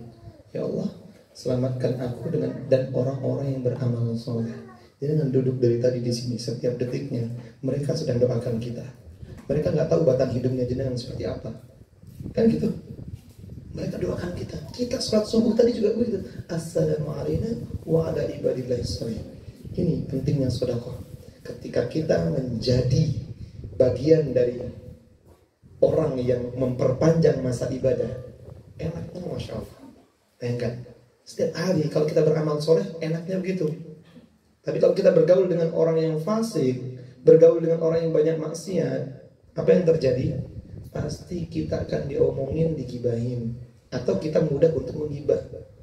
Minimal kita dengerin gibahannya mereka, amal kita sia-sia. Makanya kenapa kalau kita disuruh untuk mencari circle pertemanan yang baik-baik, yang positif. Karena kalau selama jadi beramal soleh, lihat pertolongan Allah.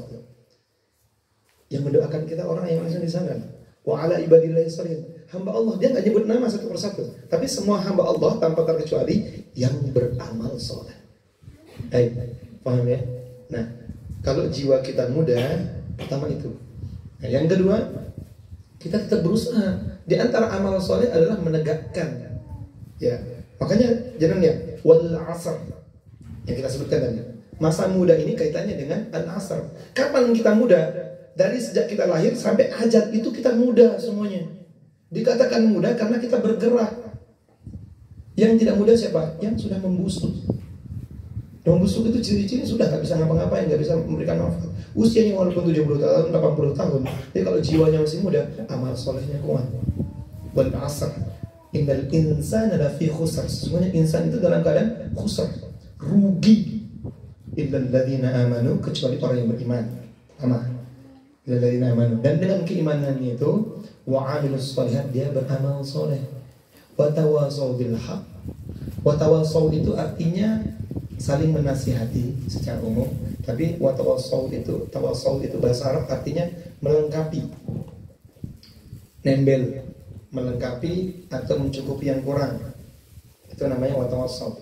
Jadi kalau hidupnya sendirian tanpa suami kurang kan rasanya. Ya. Namanya gembok itu butuh kunci, kan begitu. Ya, berpasang-pasangan. Ya, Allah menciptakan makhluk itu berpasang-pasangan. Nah, ini kalau ada yang nggak punya pasangan, ciptaannya siapa ya? Enggak, itu Allah akan pasangkan juga nanti di akhirat gitu ya. Ada malam, ya, itu untuk ngebully jomblo biasanya gitu. Tapi jomblo itu insya Allah kalau dia meninggal dalam keadaan jomblo, dia meninggal dalam keadaan jihad, dalam rangka memperjuangkan untuk mencari jodoh di jalan Allah, kan begitu. Nah, makanya kalau jomblo terus meninggal itu bersyukur karena dia mati syahid ya. Karena hidupnya penuh dengan perjuangan. Nah, kalau dia punya pasangan lebih bagus lagi malah. Karena orang yang punya pasangan, orang yang punya suami, yang punya istri, sholatnya mereka itu 2 kali lipat dibandingkan orang yang jomblo. Makanya walaupun janda, walaupun udah berusia, cari suami nggak apa-apa. Ya, cari namanya kan, nggak ketemu. Kalau udah ketemu nggak akan nyari kan gitu. Mau googling gitu. Tetap berdoa sama Allah. Kalau Allah izinkan, Allah akan mudahkan di dunia. Kalau Allah tidak izinkan, ya sudah. Jodohkan diri kita dengan ilmu saja ya. Perbanyak jodohkan diri kita dengan ilmu. Jadi tadi Bu tetap ya, wa tawassaw bil haq wa tawassaw bis sabr. Saling menasihati dengan kebenaran dan kesabaran. Yang pertama tentang al-haq. Apa itu al-haq? Bukan hanya kebenaran. Al-haq itu artinya sebenarnya adalah sesuatu yang tidak pernah berubah, continue, tetap. Apa itu? Allah.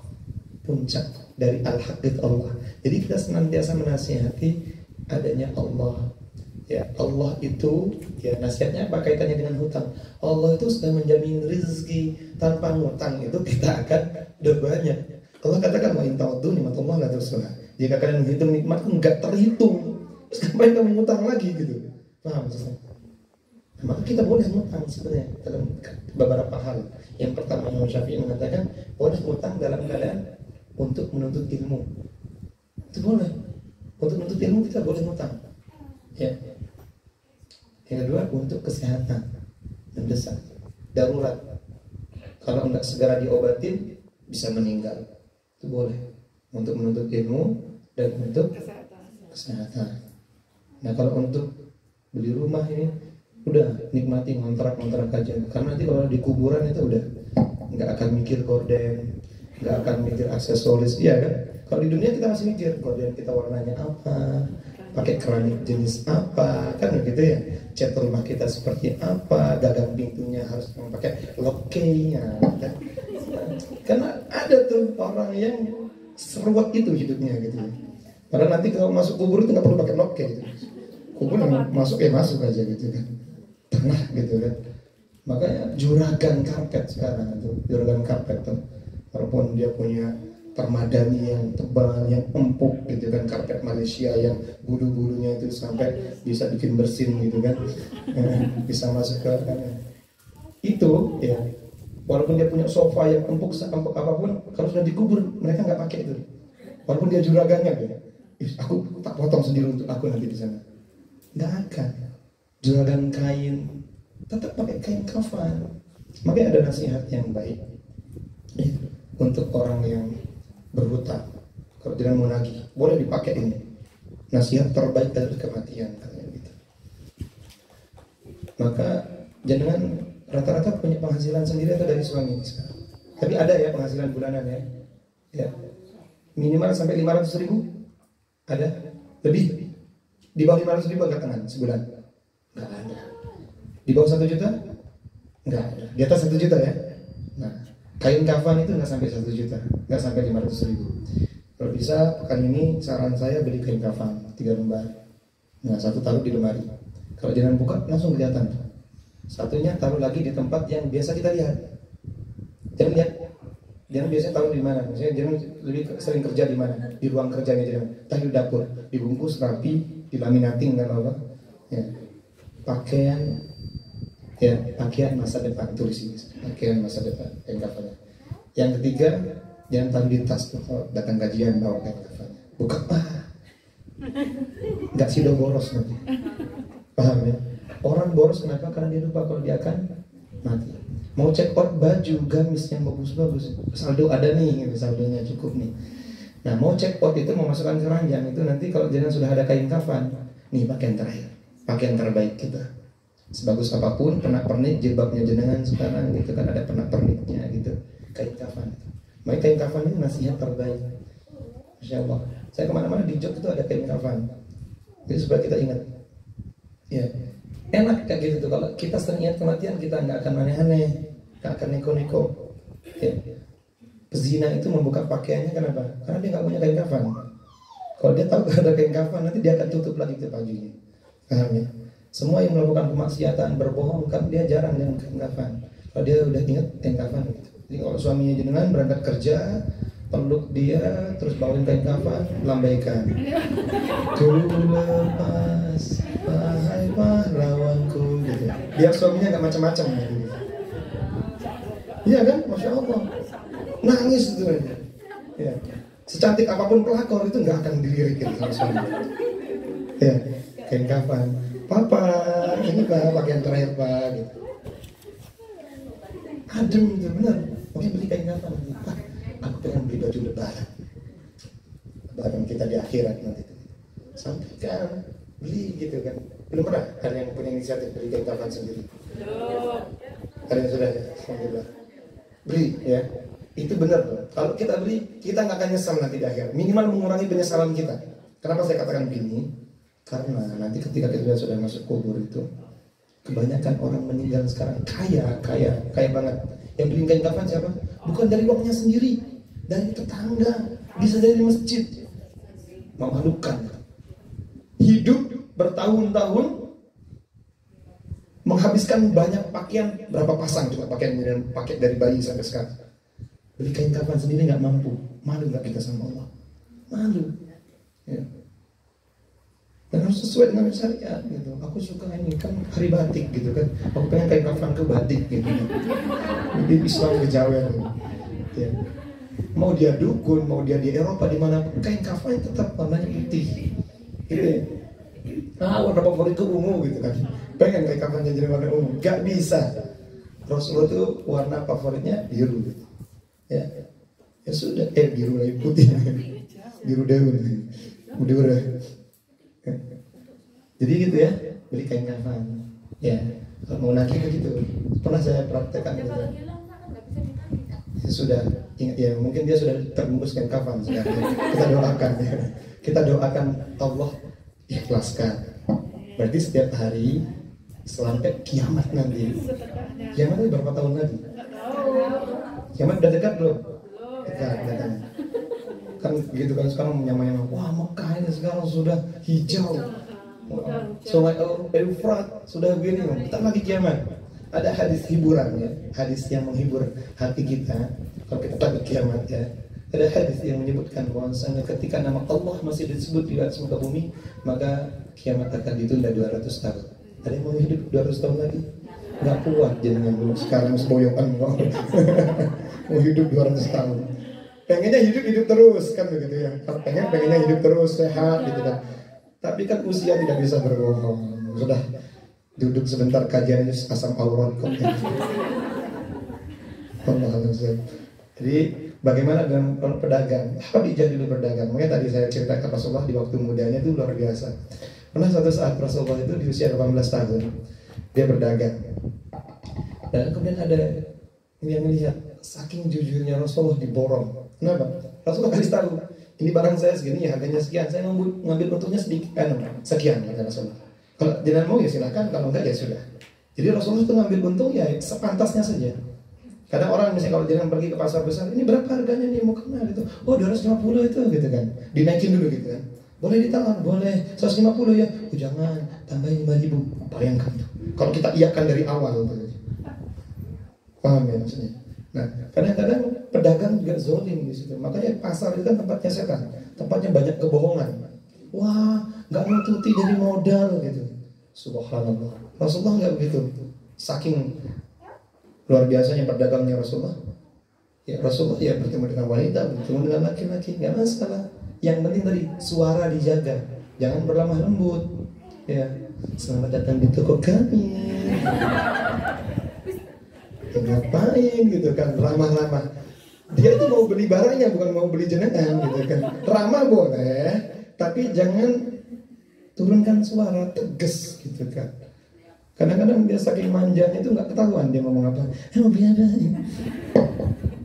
Kadang ada tuh orang yang ganjen-ganjen gitu. Dan ibu-ibu kalau beli juga harus tegas. Ya, kasihan tuh suaminya orang di Belijo. Belijo kadang-kadang itu rugi gara-gara apa? Gara-gara kena rayuannya emak-emak itu. Dia tega gitu, udah apa namanya daun salam gratis semua. Karena dirayu. Apa ini? Ayo apa? Gitu, dirayu-rayu gitu. Suaminya itu dijudes-judesin, tak duit, hati brojo. Nyampe ketemu sama Lijo, ramahnya minta ampun. Ayo apa? Gitu kan. Masa nggak bisa? Bonusnya apa ya bonus? Ini mama ini hati-hati gitu kan. Ya. Jadi kalau jenengan sama Lijo kasihan itu suaminya orang ya. Dia mau nyari nafkah, ya kadang-kadang hitungannya kok begini, ya kadang modalnya berapa gitu kan. Kok harusnya untung jadinya rugi. Ternyata tadi kebanyakan ngasih bonus kepada siapa? Ya yang ganjen-ganjen itu gitu. Gitu. Yang penting nggak ganjen Bu ya. Berarti kita tegas. Ya, tegas itu nggak mesti keras. Tukuopo, yuk kabur dia. Oke, mau apa? Ya terima kasih ya gitu. Nah, yang biasa, yang penting tidak menimbulkan syahwat, ya boleh. Makanya dulu ketika Rasulullah jujur gitu, diborong orang ini lagi ziarah. Ya, Islam belum datang waktu itu, orang ini sedang ziarah ke Mekah, tawaf begitu kan. Akhirnya dia lupa kalau dia belanja. Tadi itu dulu barangnya katanya. Tapi aku tak tawaf dulu, tawaf. Rasulullah usia 18 tahun, belum jadi nabi, belum jadi rasul. Rasulullah nungguin. Sampai sehari nggak ada, nggak diambil barangnya. Sampai 3 hari orang itu pulang. Setelah 3 hari baru orang itu balik, menemukan Rasulullah dalam keadaan masih duduk di tempat yang sama. Kalau kita kayak gitu, hapus, tutup aja. Orangnya kabur dan gitu. Rasulullah enggak. Kemudian, wahai anak muda, kamu masih di sini, nggak pindah kemana-mana. Wahai Tuhan, kata Rasulullah, engkau telah menyusahkan 3 hari. Engkau nitipkan barang ini, ya sudah, katanya sudah diborong semuanya. Ini milikmu, ini hakmu. Karena engkau titipkan kepadaku. Semenjak itu Rasulullah viral. kedengaran oleh Khadijah. Karena direkrut sebagai karyawannya Khadijah. Dan Khadijah sampai jatuh cinta saking jujurnya. Nah, wanita mana yang tidak suka sama laki-laki yang jujur? Meskipun dia ganteng. Iya bang. Apalagi ganteng ya, jelas mau lah. Jujur, baik, speknya Rasulullah itu, Masya Allah. Saya doakan suami-suaminya jenengan bisa seperti Rasulullah. Karena kebosanan dalam rumah tangga itu karena tidak ada kebaruan. Gigi terus, gimana barang lawas gitu. Kumisnya gak berubah gitu aja gitu kan. Senentutan, kemproh gitu kan, ngorokan gitu. Nikmati semuanya. Nah, yang diperbarui apa? Rasa syukur kita. Alhamdulillah masih punya suami ya, masih nafas, hidup lagi gitu. Ya, jadi syukuri itu. Maka kalau kita perbaharui rasa syukur kita akan tidak ada bosan dalam pasangan itu. Kita bosan dalam beribadah, kajian gitu-gitu aja. Sholat kita bisa menemukan hal yang baru dalam sholat kita, insya Allah. Maka itu butuhnya kita menuntut ilmu, itu butuhnya kita tetap menjaga jiwa muda. Karena jiwa muda itu senantiasa melakukan survive. Jiwa muda dia senantiasa survive, ya. Jadi jiwa muda boleh usianya jangan terserah berapa, kelahiran berapa, tapi jangan kalah sama anak muda. Tetap muda. Kita selama hidup harus tetap muda jiwanya, ya. Karena perasaan kita tetap sama. Ya, gula yang saya minum sama yang jenengan minum sama, cuman pengaruhnya beda. Dia sudah punya diabetes kan beda dia. Ya, karena ada orang yang mengkoleksi lipid gitu ya, lemak dalam tubuhnya, mengoleksi penyakit gitu ya. Itu kan urusan jenengan ya. Kalau jenengan mau syukuri tubuhnya ya dibuang lah gitu ya. Allah a'lam bishawab. Itu mau ditutup dengan kita sama-sama ruqyah ya. Masih ada waktu. Yang punya penyakit ya, atau yang punya hutang, yang punya masalah dalam hidupnya, yang merasa kurang nikmat dalam ibadahnya, ya alhamdulillah, ya setiap kajian di sini sebulan sekali bisa diruqyah ya, insyaallah. Ya, alhamdulillah. Karena kalau jangan janjian sama saya di luar belum tentu bisa. Ya, sekarang Allah mudahkan kita bisa kumpul di sini, ya bisa mendengarkan ayat-ayat Allah, paham ya? Al-Quran, ini ruqyah itu kalau di zaman Nabi itu kebanyakan dipakai untuk penyakit medis. Jangan menganggap wah merot nanti gimana gitu. Enggak merot. Jangan merot, cukup sama suaminya jangan merot gitu. Jangan di sini. Di kajian ini tempat yang tenang gitu. Ya, kalau mau nangis silahkan nangis ya. Lepaskan semua masa lalunya, lepaskan semua beban hidupnya gitu kan. Saya lihat ini wajah-wajah penuh tekanan semua ya. Wajah-wajah penuh dengan masalah yang kenapa saya katakan gitu, karena dia masih nafas ya. Baik ibu-ibu yang penuh masalah ya, tangan kanan di dada, tangan kirinya di perut ya. Kalau biasanya kan orang pidato itu sok-sokan, banyak hadirin yang berbahagia, orang lagi masalah semua gitu. Ada masalah ya, nggak apa-apa, saya juga lagi banyak masalah ya. Semua kita, karena kita lagi hidup ya. Tangan kanan di dada, tangan kirinya di perut. Baca a'udzubillahi minasyaitonirrajim. Boleh diulangi 3 kali. A'udzubillahi minasyaitonirrajim. A'udzubillahi minasyaitonirrajim. Bismillahirrahmanirrahim. Kemudian baca la ilaha illallah wahdahu la syarika lah, lahul mulku wa lahu kullu syai'in qadir. 3 kali. La ilaha illallah wahdahu la syarika lah, lahul mulku wa lahu kullu syai'in qadir.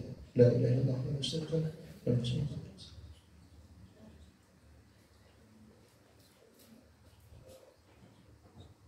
Dan istighfar dalam hatinya. Astaghfirullahaladzim, astaghfirullahaladzim, astaghfirullahaladzim. Mohon ampun sama Allah atas semua dosa yang pernah dilakukan. Mohon ampun sama Allah atas segala kemaksiatan yang pernah dilakukan, baik secara sengaja, tidak sengaja, sadar tidak sadar, sukarela ataupun terpaksa itu dilakukan. Mungkin ada di antara orang tua, keluarga kita yang pernah melakukan kesyirikan, pernah ada ikatan kerjasama dan perjanjian dengan bangsa jin. Hari ini, detik ini juga ya Allah, aku putuskan bentuk ikatan kerjasama dengan bangsa jin ya Allah. Ya Allah, mohon ampun ya Allah, sekiranya selama hidupku mungkin aku belum mampu untuk melakukan ketaatan secara maksimal. Mungkin aku pernah melakukan kesyirikan, mungkin aku pernah melakukan kemaksiatan ya Allah, mohon ampun ya Allah. Astaghfirullahaladzim. Astaghfirullahaladzim. Astaghfirullahaladzim. Ya Allah, mohon ampun sekalian selama hidupku. Mungkin aku belum mampu berbakti kepada kedua orang tuaku secara maksimal. Mungkin aku belum mampu membahagiakan kedua orang tuaku secara maksimal. Mungkin aku belum mampu membuat orang tuaku bangga. Ya Allah, mohon ampun sekiranya selama hidupku ada ucapanku, ada sikapku yang menyinggung perasaan kedua orang tuaku, melukai hatinya. Ya Allah, mohon ampun ya Allah. Astaghfirullahaladzim. Astaghfirullahaladzim. Astaghfirullahaladzim. Astaghfirullahaladzim. Terus istighfar atas semua dosa-dosa yang pernah kita lakukan. Astaghfirullahaladzim. Astaghfirullahaladzim. Astaghfirullahaladzim. Istighfar. A'udzubillahi. Bismillahirrahmanirrahim. Istighfar sambil simak apa yang saya baca. Nanti kalau kelihatan cahaya, warna atau apapun yang terlihat disebut ya. Innal hamdalillah. Innal hamdalillah. Innal hamdalillah nahmaduhu wa nasta'inuhu wa nastaghfiruh wa na'udzu billahi min shururi anfusina wa min sayyiati a'malina. May yahdihillahu fala mudilla lahu wa may yudlil fala hadiya lahu. Asyhadu an la ilaha illallah. Asyhadu an la ilaha illallah wahdahu la syarika lahu wa asyhadu anna Muhammadan abduhu wa rasuluh. Allahumma salli ala Muhammad. Allahumma salli ala Muhammad wa ala ali Muhammad kama sallaita ala Ibrahim wa ala ali Ibrahim innaka Hamidum Majid. As'alullahal azim. As'alullahal azim rabbal arshil azim an yashfiyak. Bismillahi arqik min kulli shay'in yu'dhik wa min sharri kulli nafsin aw 'aynin hasid. Allahu yashfik. Bismillahi arqik. Bismillahilladzi la yadurru ma'a ismihi shay'un fil ardi wa la fis samaa wa huwas sami'ul 'alim. La ilaha illallah wahdahu la sharika lahu. Lahul mulku wa lahul hamdu wa huwa 'ala kulli shay'in qadir. Allahu akbar. Allahu akbar. Allahu akbar. La hawla wa la quwwata illa billah. La hawla wa la quwwata illa billah. Wa nunazzilu minal qur'ani ma huwa shifaa'un wa rahmatun lil mu'minin. ولا يزيد الظالمين إلا خسارا. ولا يزيد الظالمين إلا خسارا. ولا يزيد الظالمين إلا خسارا. Baik, buka matanya dulu. Silakan diminum air putihnya. Di kotaknya ada airnya. Ada yang nggak punya? Panitia ada kegiatan air lagi nggak? Yang nggak punya air, kecuali yang berpuasa ya. Yang berpuasa jangan lupa ya, air putihnya diambil pakai tangan kanan. Bismillah, minum satu teguk dulu. Bismillah, pakai tangan kanan, minum satu teguk. Dan baca alhamdulillah, puasa. Baca bismillah lagi, minum lagi yang agak banyak. Bismillah. Nanti kadang kerasa sesuatu, atau biasanya setelah ruqyah, kadang itu ada mimpi-mimpi 1 minggu, 2 minggu ke depan. Kalau kita pernah terkena sihir, atau pernah terkena gangguan jin, atau terkena aib, kadang mimpi-mimpi ya, atau terasa sesuatu di badan. Nah gitu. Boleh, insya Allah nanti bulan depan diceritakan, atau nanti simpan nomor saya, nanti kalau mau bertanya itu ada apa, kenapa sih saya ini terasa begini dan begini ketika dibacaan ayat Quran, nanti kita kasih solusinya seperti apa ya. Nanti disimpan nomor saya. Kita lanjutkan lagi. Tangan kanan di dada, tangan kiri di perut. Ya, bismillah.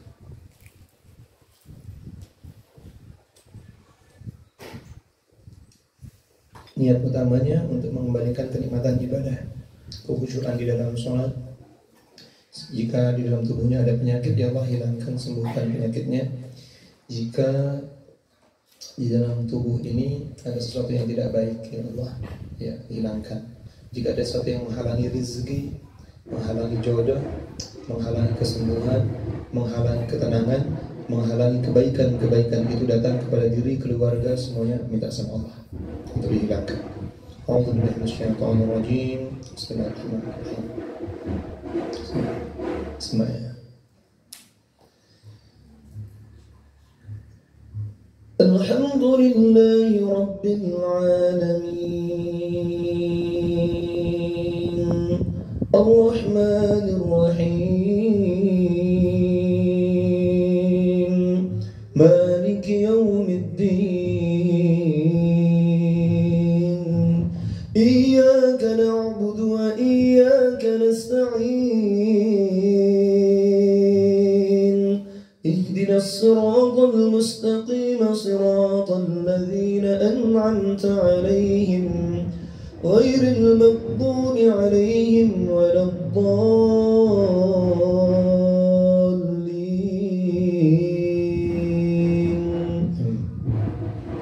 Bismillahirrahmanirrahim. Alif Lam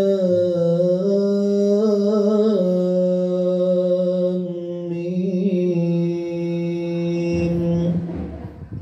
Dzalikal kitabu la raiba fihi hudan lil muttaqin alladzina yu'minuna bil ghaibi wa yuqimuna as-salata wa mimma razaqnahum yunfiqun walladzina yu'minuna bima unzila ilayka wa ma من قبلك وبالآخرة هم يوقنون أولئك على هدى من ربهم وأولئك هم المفلحون. أعوذ بالله السميع العليم من الشيطان الرجيم. واتبعوا ما تتلو الشياطين على ملك سليمان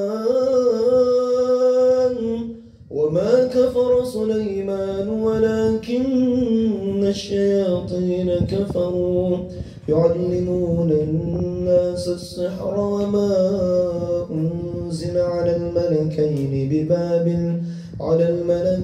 ببابل هاروت وماروت وما يعلمان من أحد حتى يقولا إنما نحن فتنة فلا تكفر فيتعلمون منهما ما يفرقون به بين المرء وزوجه وما هم بضارين به من أحد إلا بإذن الله ويتعلمون ما يضرهم ولا ينفعهم ولقد علموا لمن اشتراه ما له في الآخرة من خلاق ولبئس ما شروا به أنفسهم لو كانوا يعلمون ولو أنهم آمنوا واتقوا لمثوبة من عند الله خير لو كانوا يعلمون.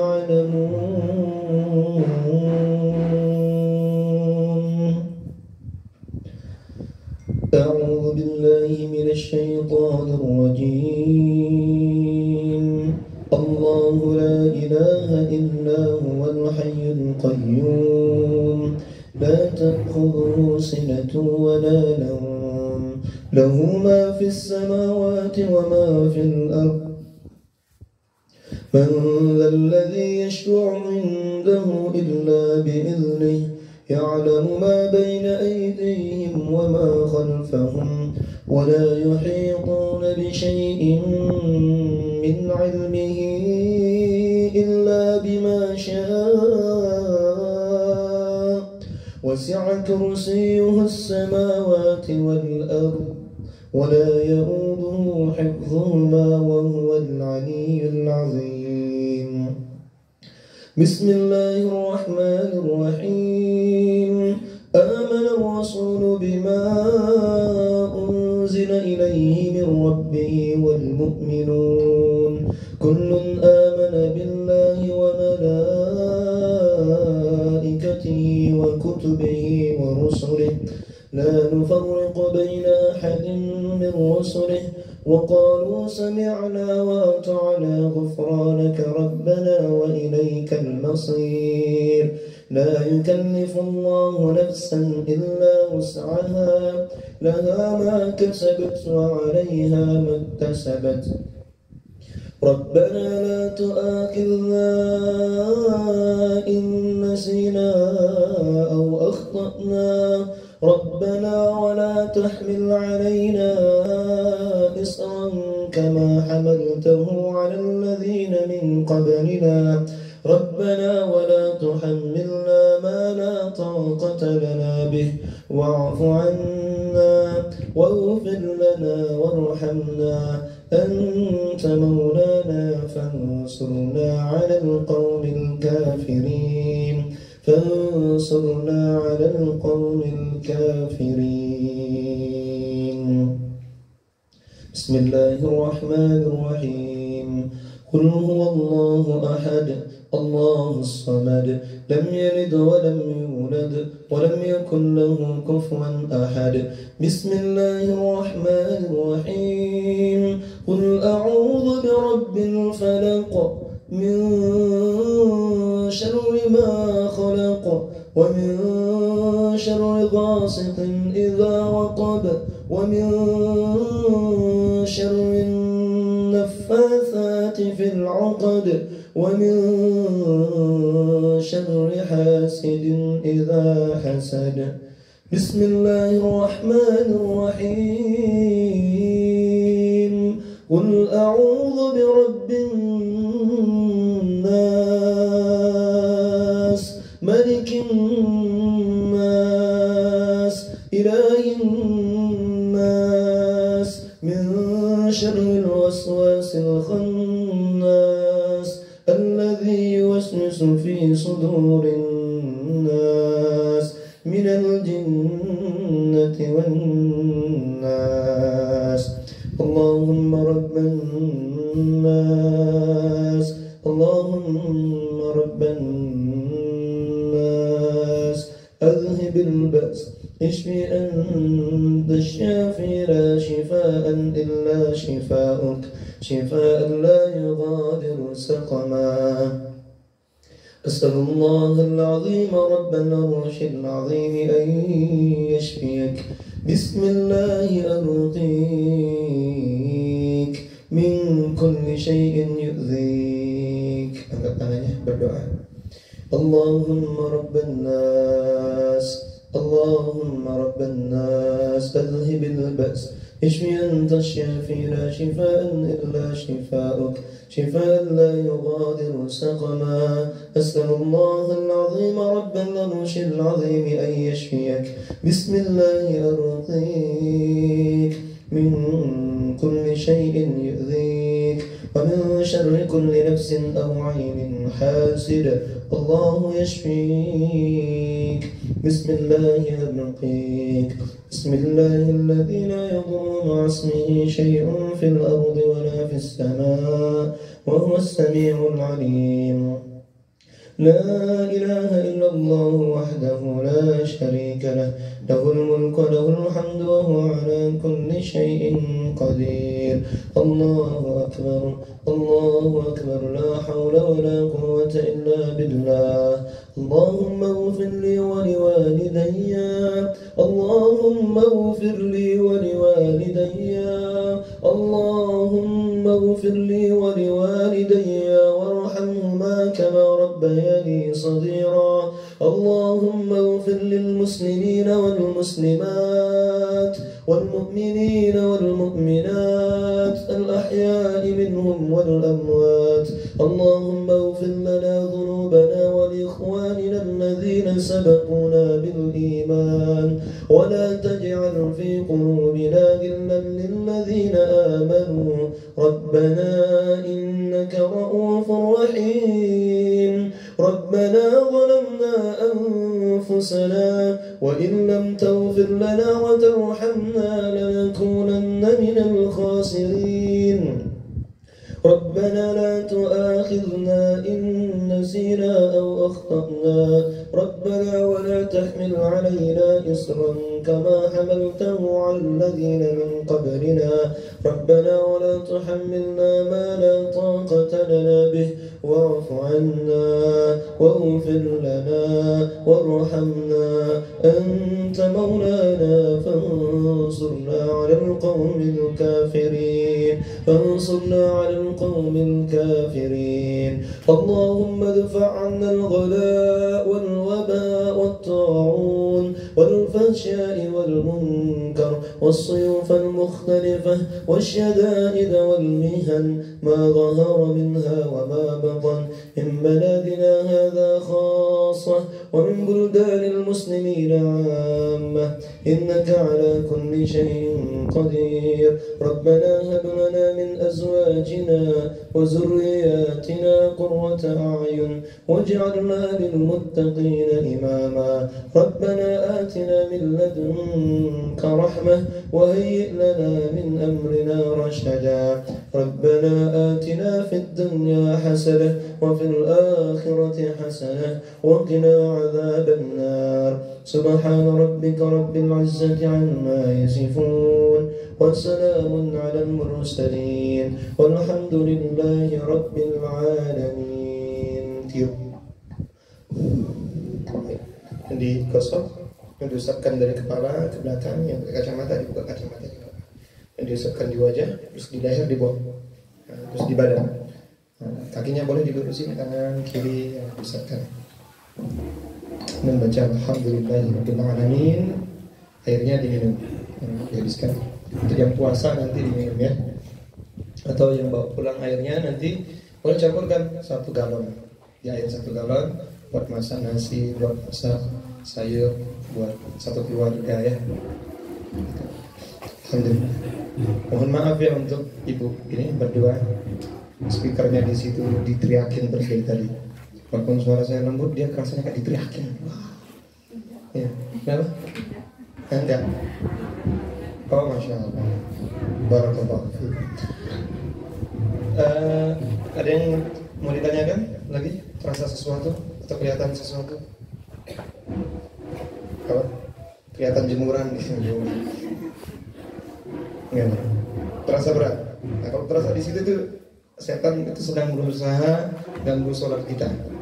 Kalau terasa di kemeng atau berat di pundak, atau terasa ada yang merinding, naik hawa hangat, atau tiba-tiba ada yang nyes ke atas, itu biasanya setan yang mengganggu kenikmatan ibadah, kekhusyuan di dalam sholat, yang mengganggu, yang sering mendatangkan ide-ide kreatif muncul pas sholat.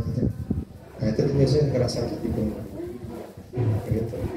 Kalau yang deg-degan atau terasa agak berat nafasnya, itu biasanya sering ngempet biasanya.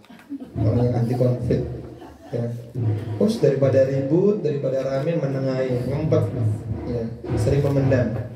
Nah, saya selalu menyarankan kalau ada masalah sama suami atau sama siapapun, segera selesaikan. Memaafkan bagus, tapi jangan melupakan. Karena kita gitu berusaha melupakan masalah. Ya udahlah, ya sudahlah. Lama-lama numpuk semua nanti. Baru tahu nanti dengan Wah, ibu-ibu tuh paling pintar tuh mengingat kesalahan suami itu, daftarnya tuh. Walaupun nggak jangan catat gitu. Kecil apapun masalah suami 20 tahun yang lalu gitu, hadir. Padahal baru nikahnya 15 tahun. Artinya apa? Ya, baru nikahnya 5 tahun, 20 tahun yang lalu siapa? Pacarnya yang bermasalah, suaminya yang jadi tersangka. Kamu ya dulu begini, aku nitip buat beli cilok kapan? Katanya. Itulah ya, jangan numpuk-numpuk masalah ya. Selesaikan segala selesaikan. Ditimpa aja. Bisa jadi orang itu kagum sama jenengan atau ada rasa iri sama kita. Atau mungkin dia terlalu khawatir sama jenengan. Atau bisa ini. Tapi itu ada hubungannya sama badan juga. Nanti kalau dia panas, kemungkinan dia iri. Orang kalau kena angin sama seseorang kadang tampak. Padahal dia adalah orang yang sayang sama kita. Maksudnya yang tampak wajahnya mantan. Oh, ternyata dia jengkel lihat kita berumah tangga sekarang kok kayaknya adem ayem gitu. Dia nggak tahu aja gitu. Oh, suasananya panas terus misalnya gitu. Kan namanya manusia kan sawang sinawang ya. Lihat orang tuh kayaknya enak ya. Enggak. Selama dia hidup nggak akan ada yang enak gitu hidupnya ya. Pasti ada masalah. Ada saatnya kita bahagia, ada saatnya kita sedih. Sama semuanya kita ini ya. Jangan sampai mengatakan beruntung ya dia, nggak ada. Beruntung kita tuh jadi hambanya Allah. Beruntungnya aku masih hidup, masih bisa taubat, masih bisa istighfar. Yang nggak beruntung ya cuman yang sudah mati itu, udah nggak bisa ngalah amal, ya kan begitu, sudah nggak bisa bertaubat lagi. Maka kita yang mendoakan mereka. Ya, tadi kan doanya gitu kan, ya.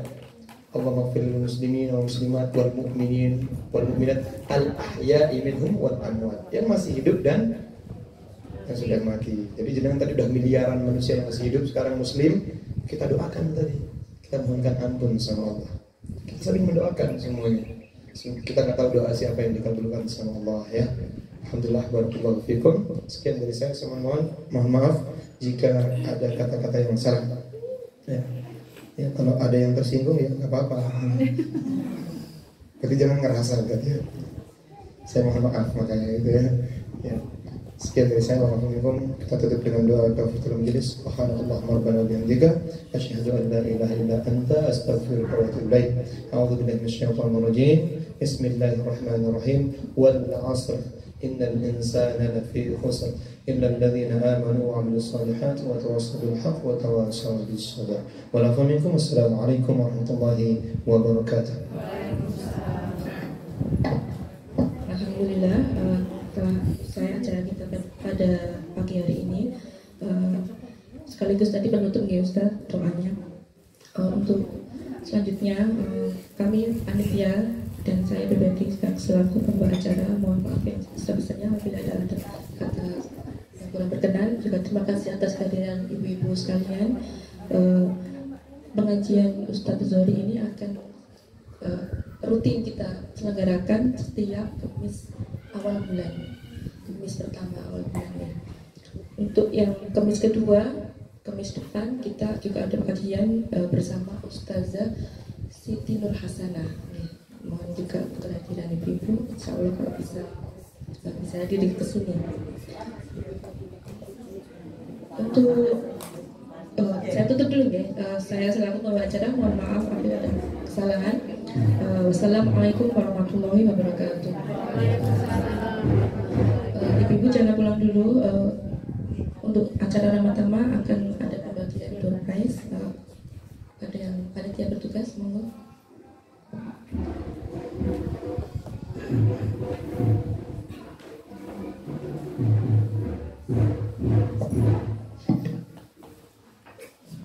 Untuk kriteria pembagian door prize tadi, peserta ya selain peserta yang mengajukan pertanyaan juga peserta termuda dan tertua.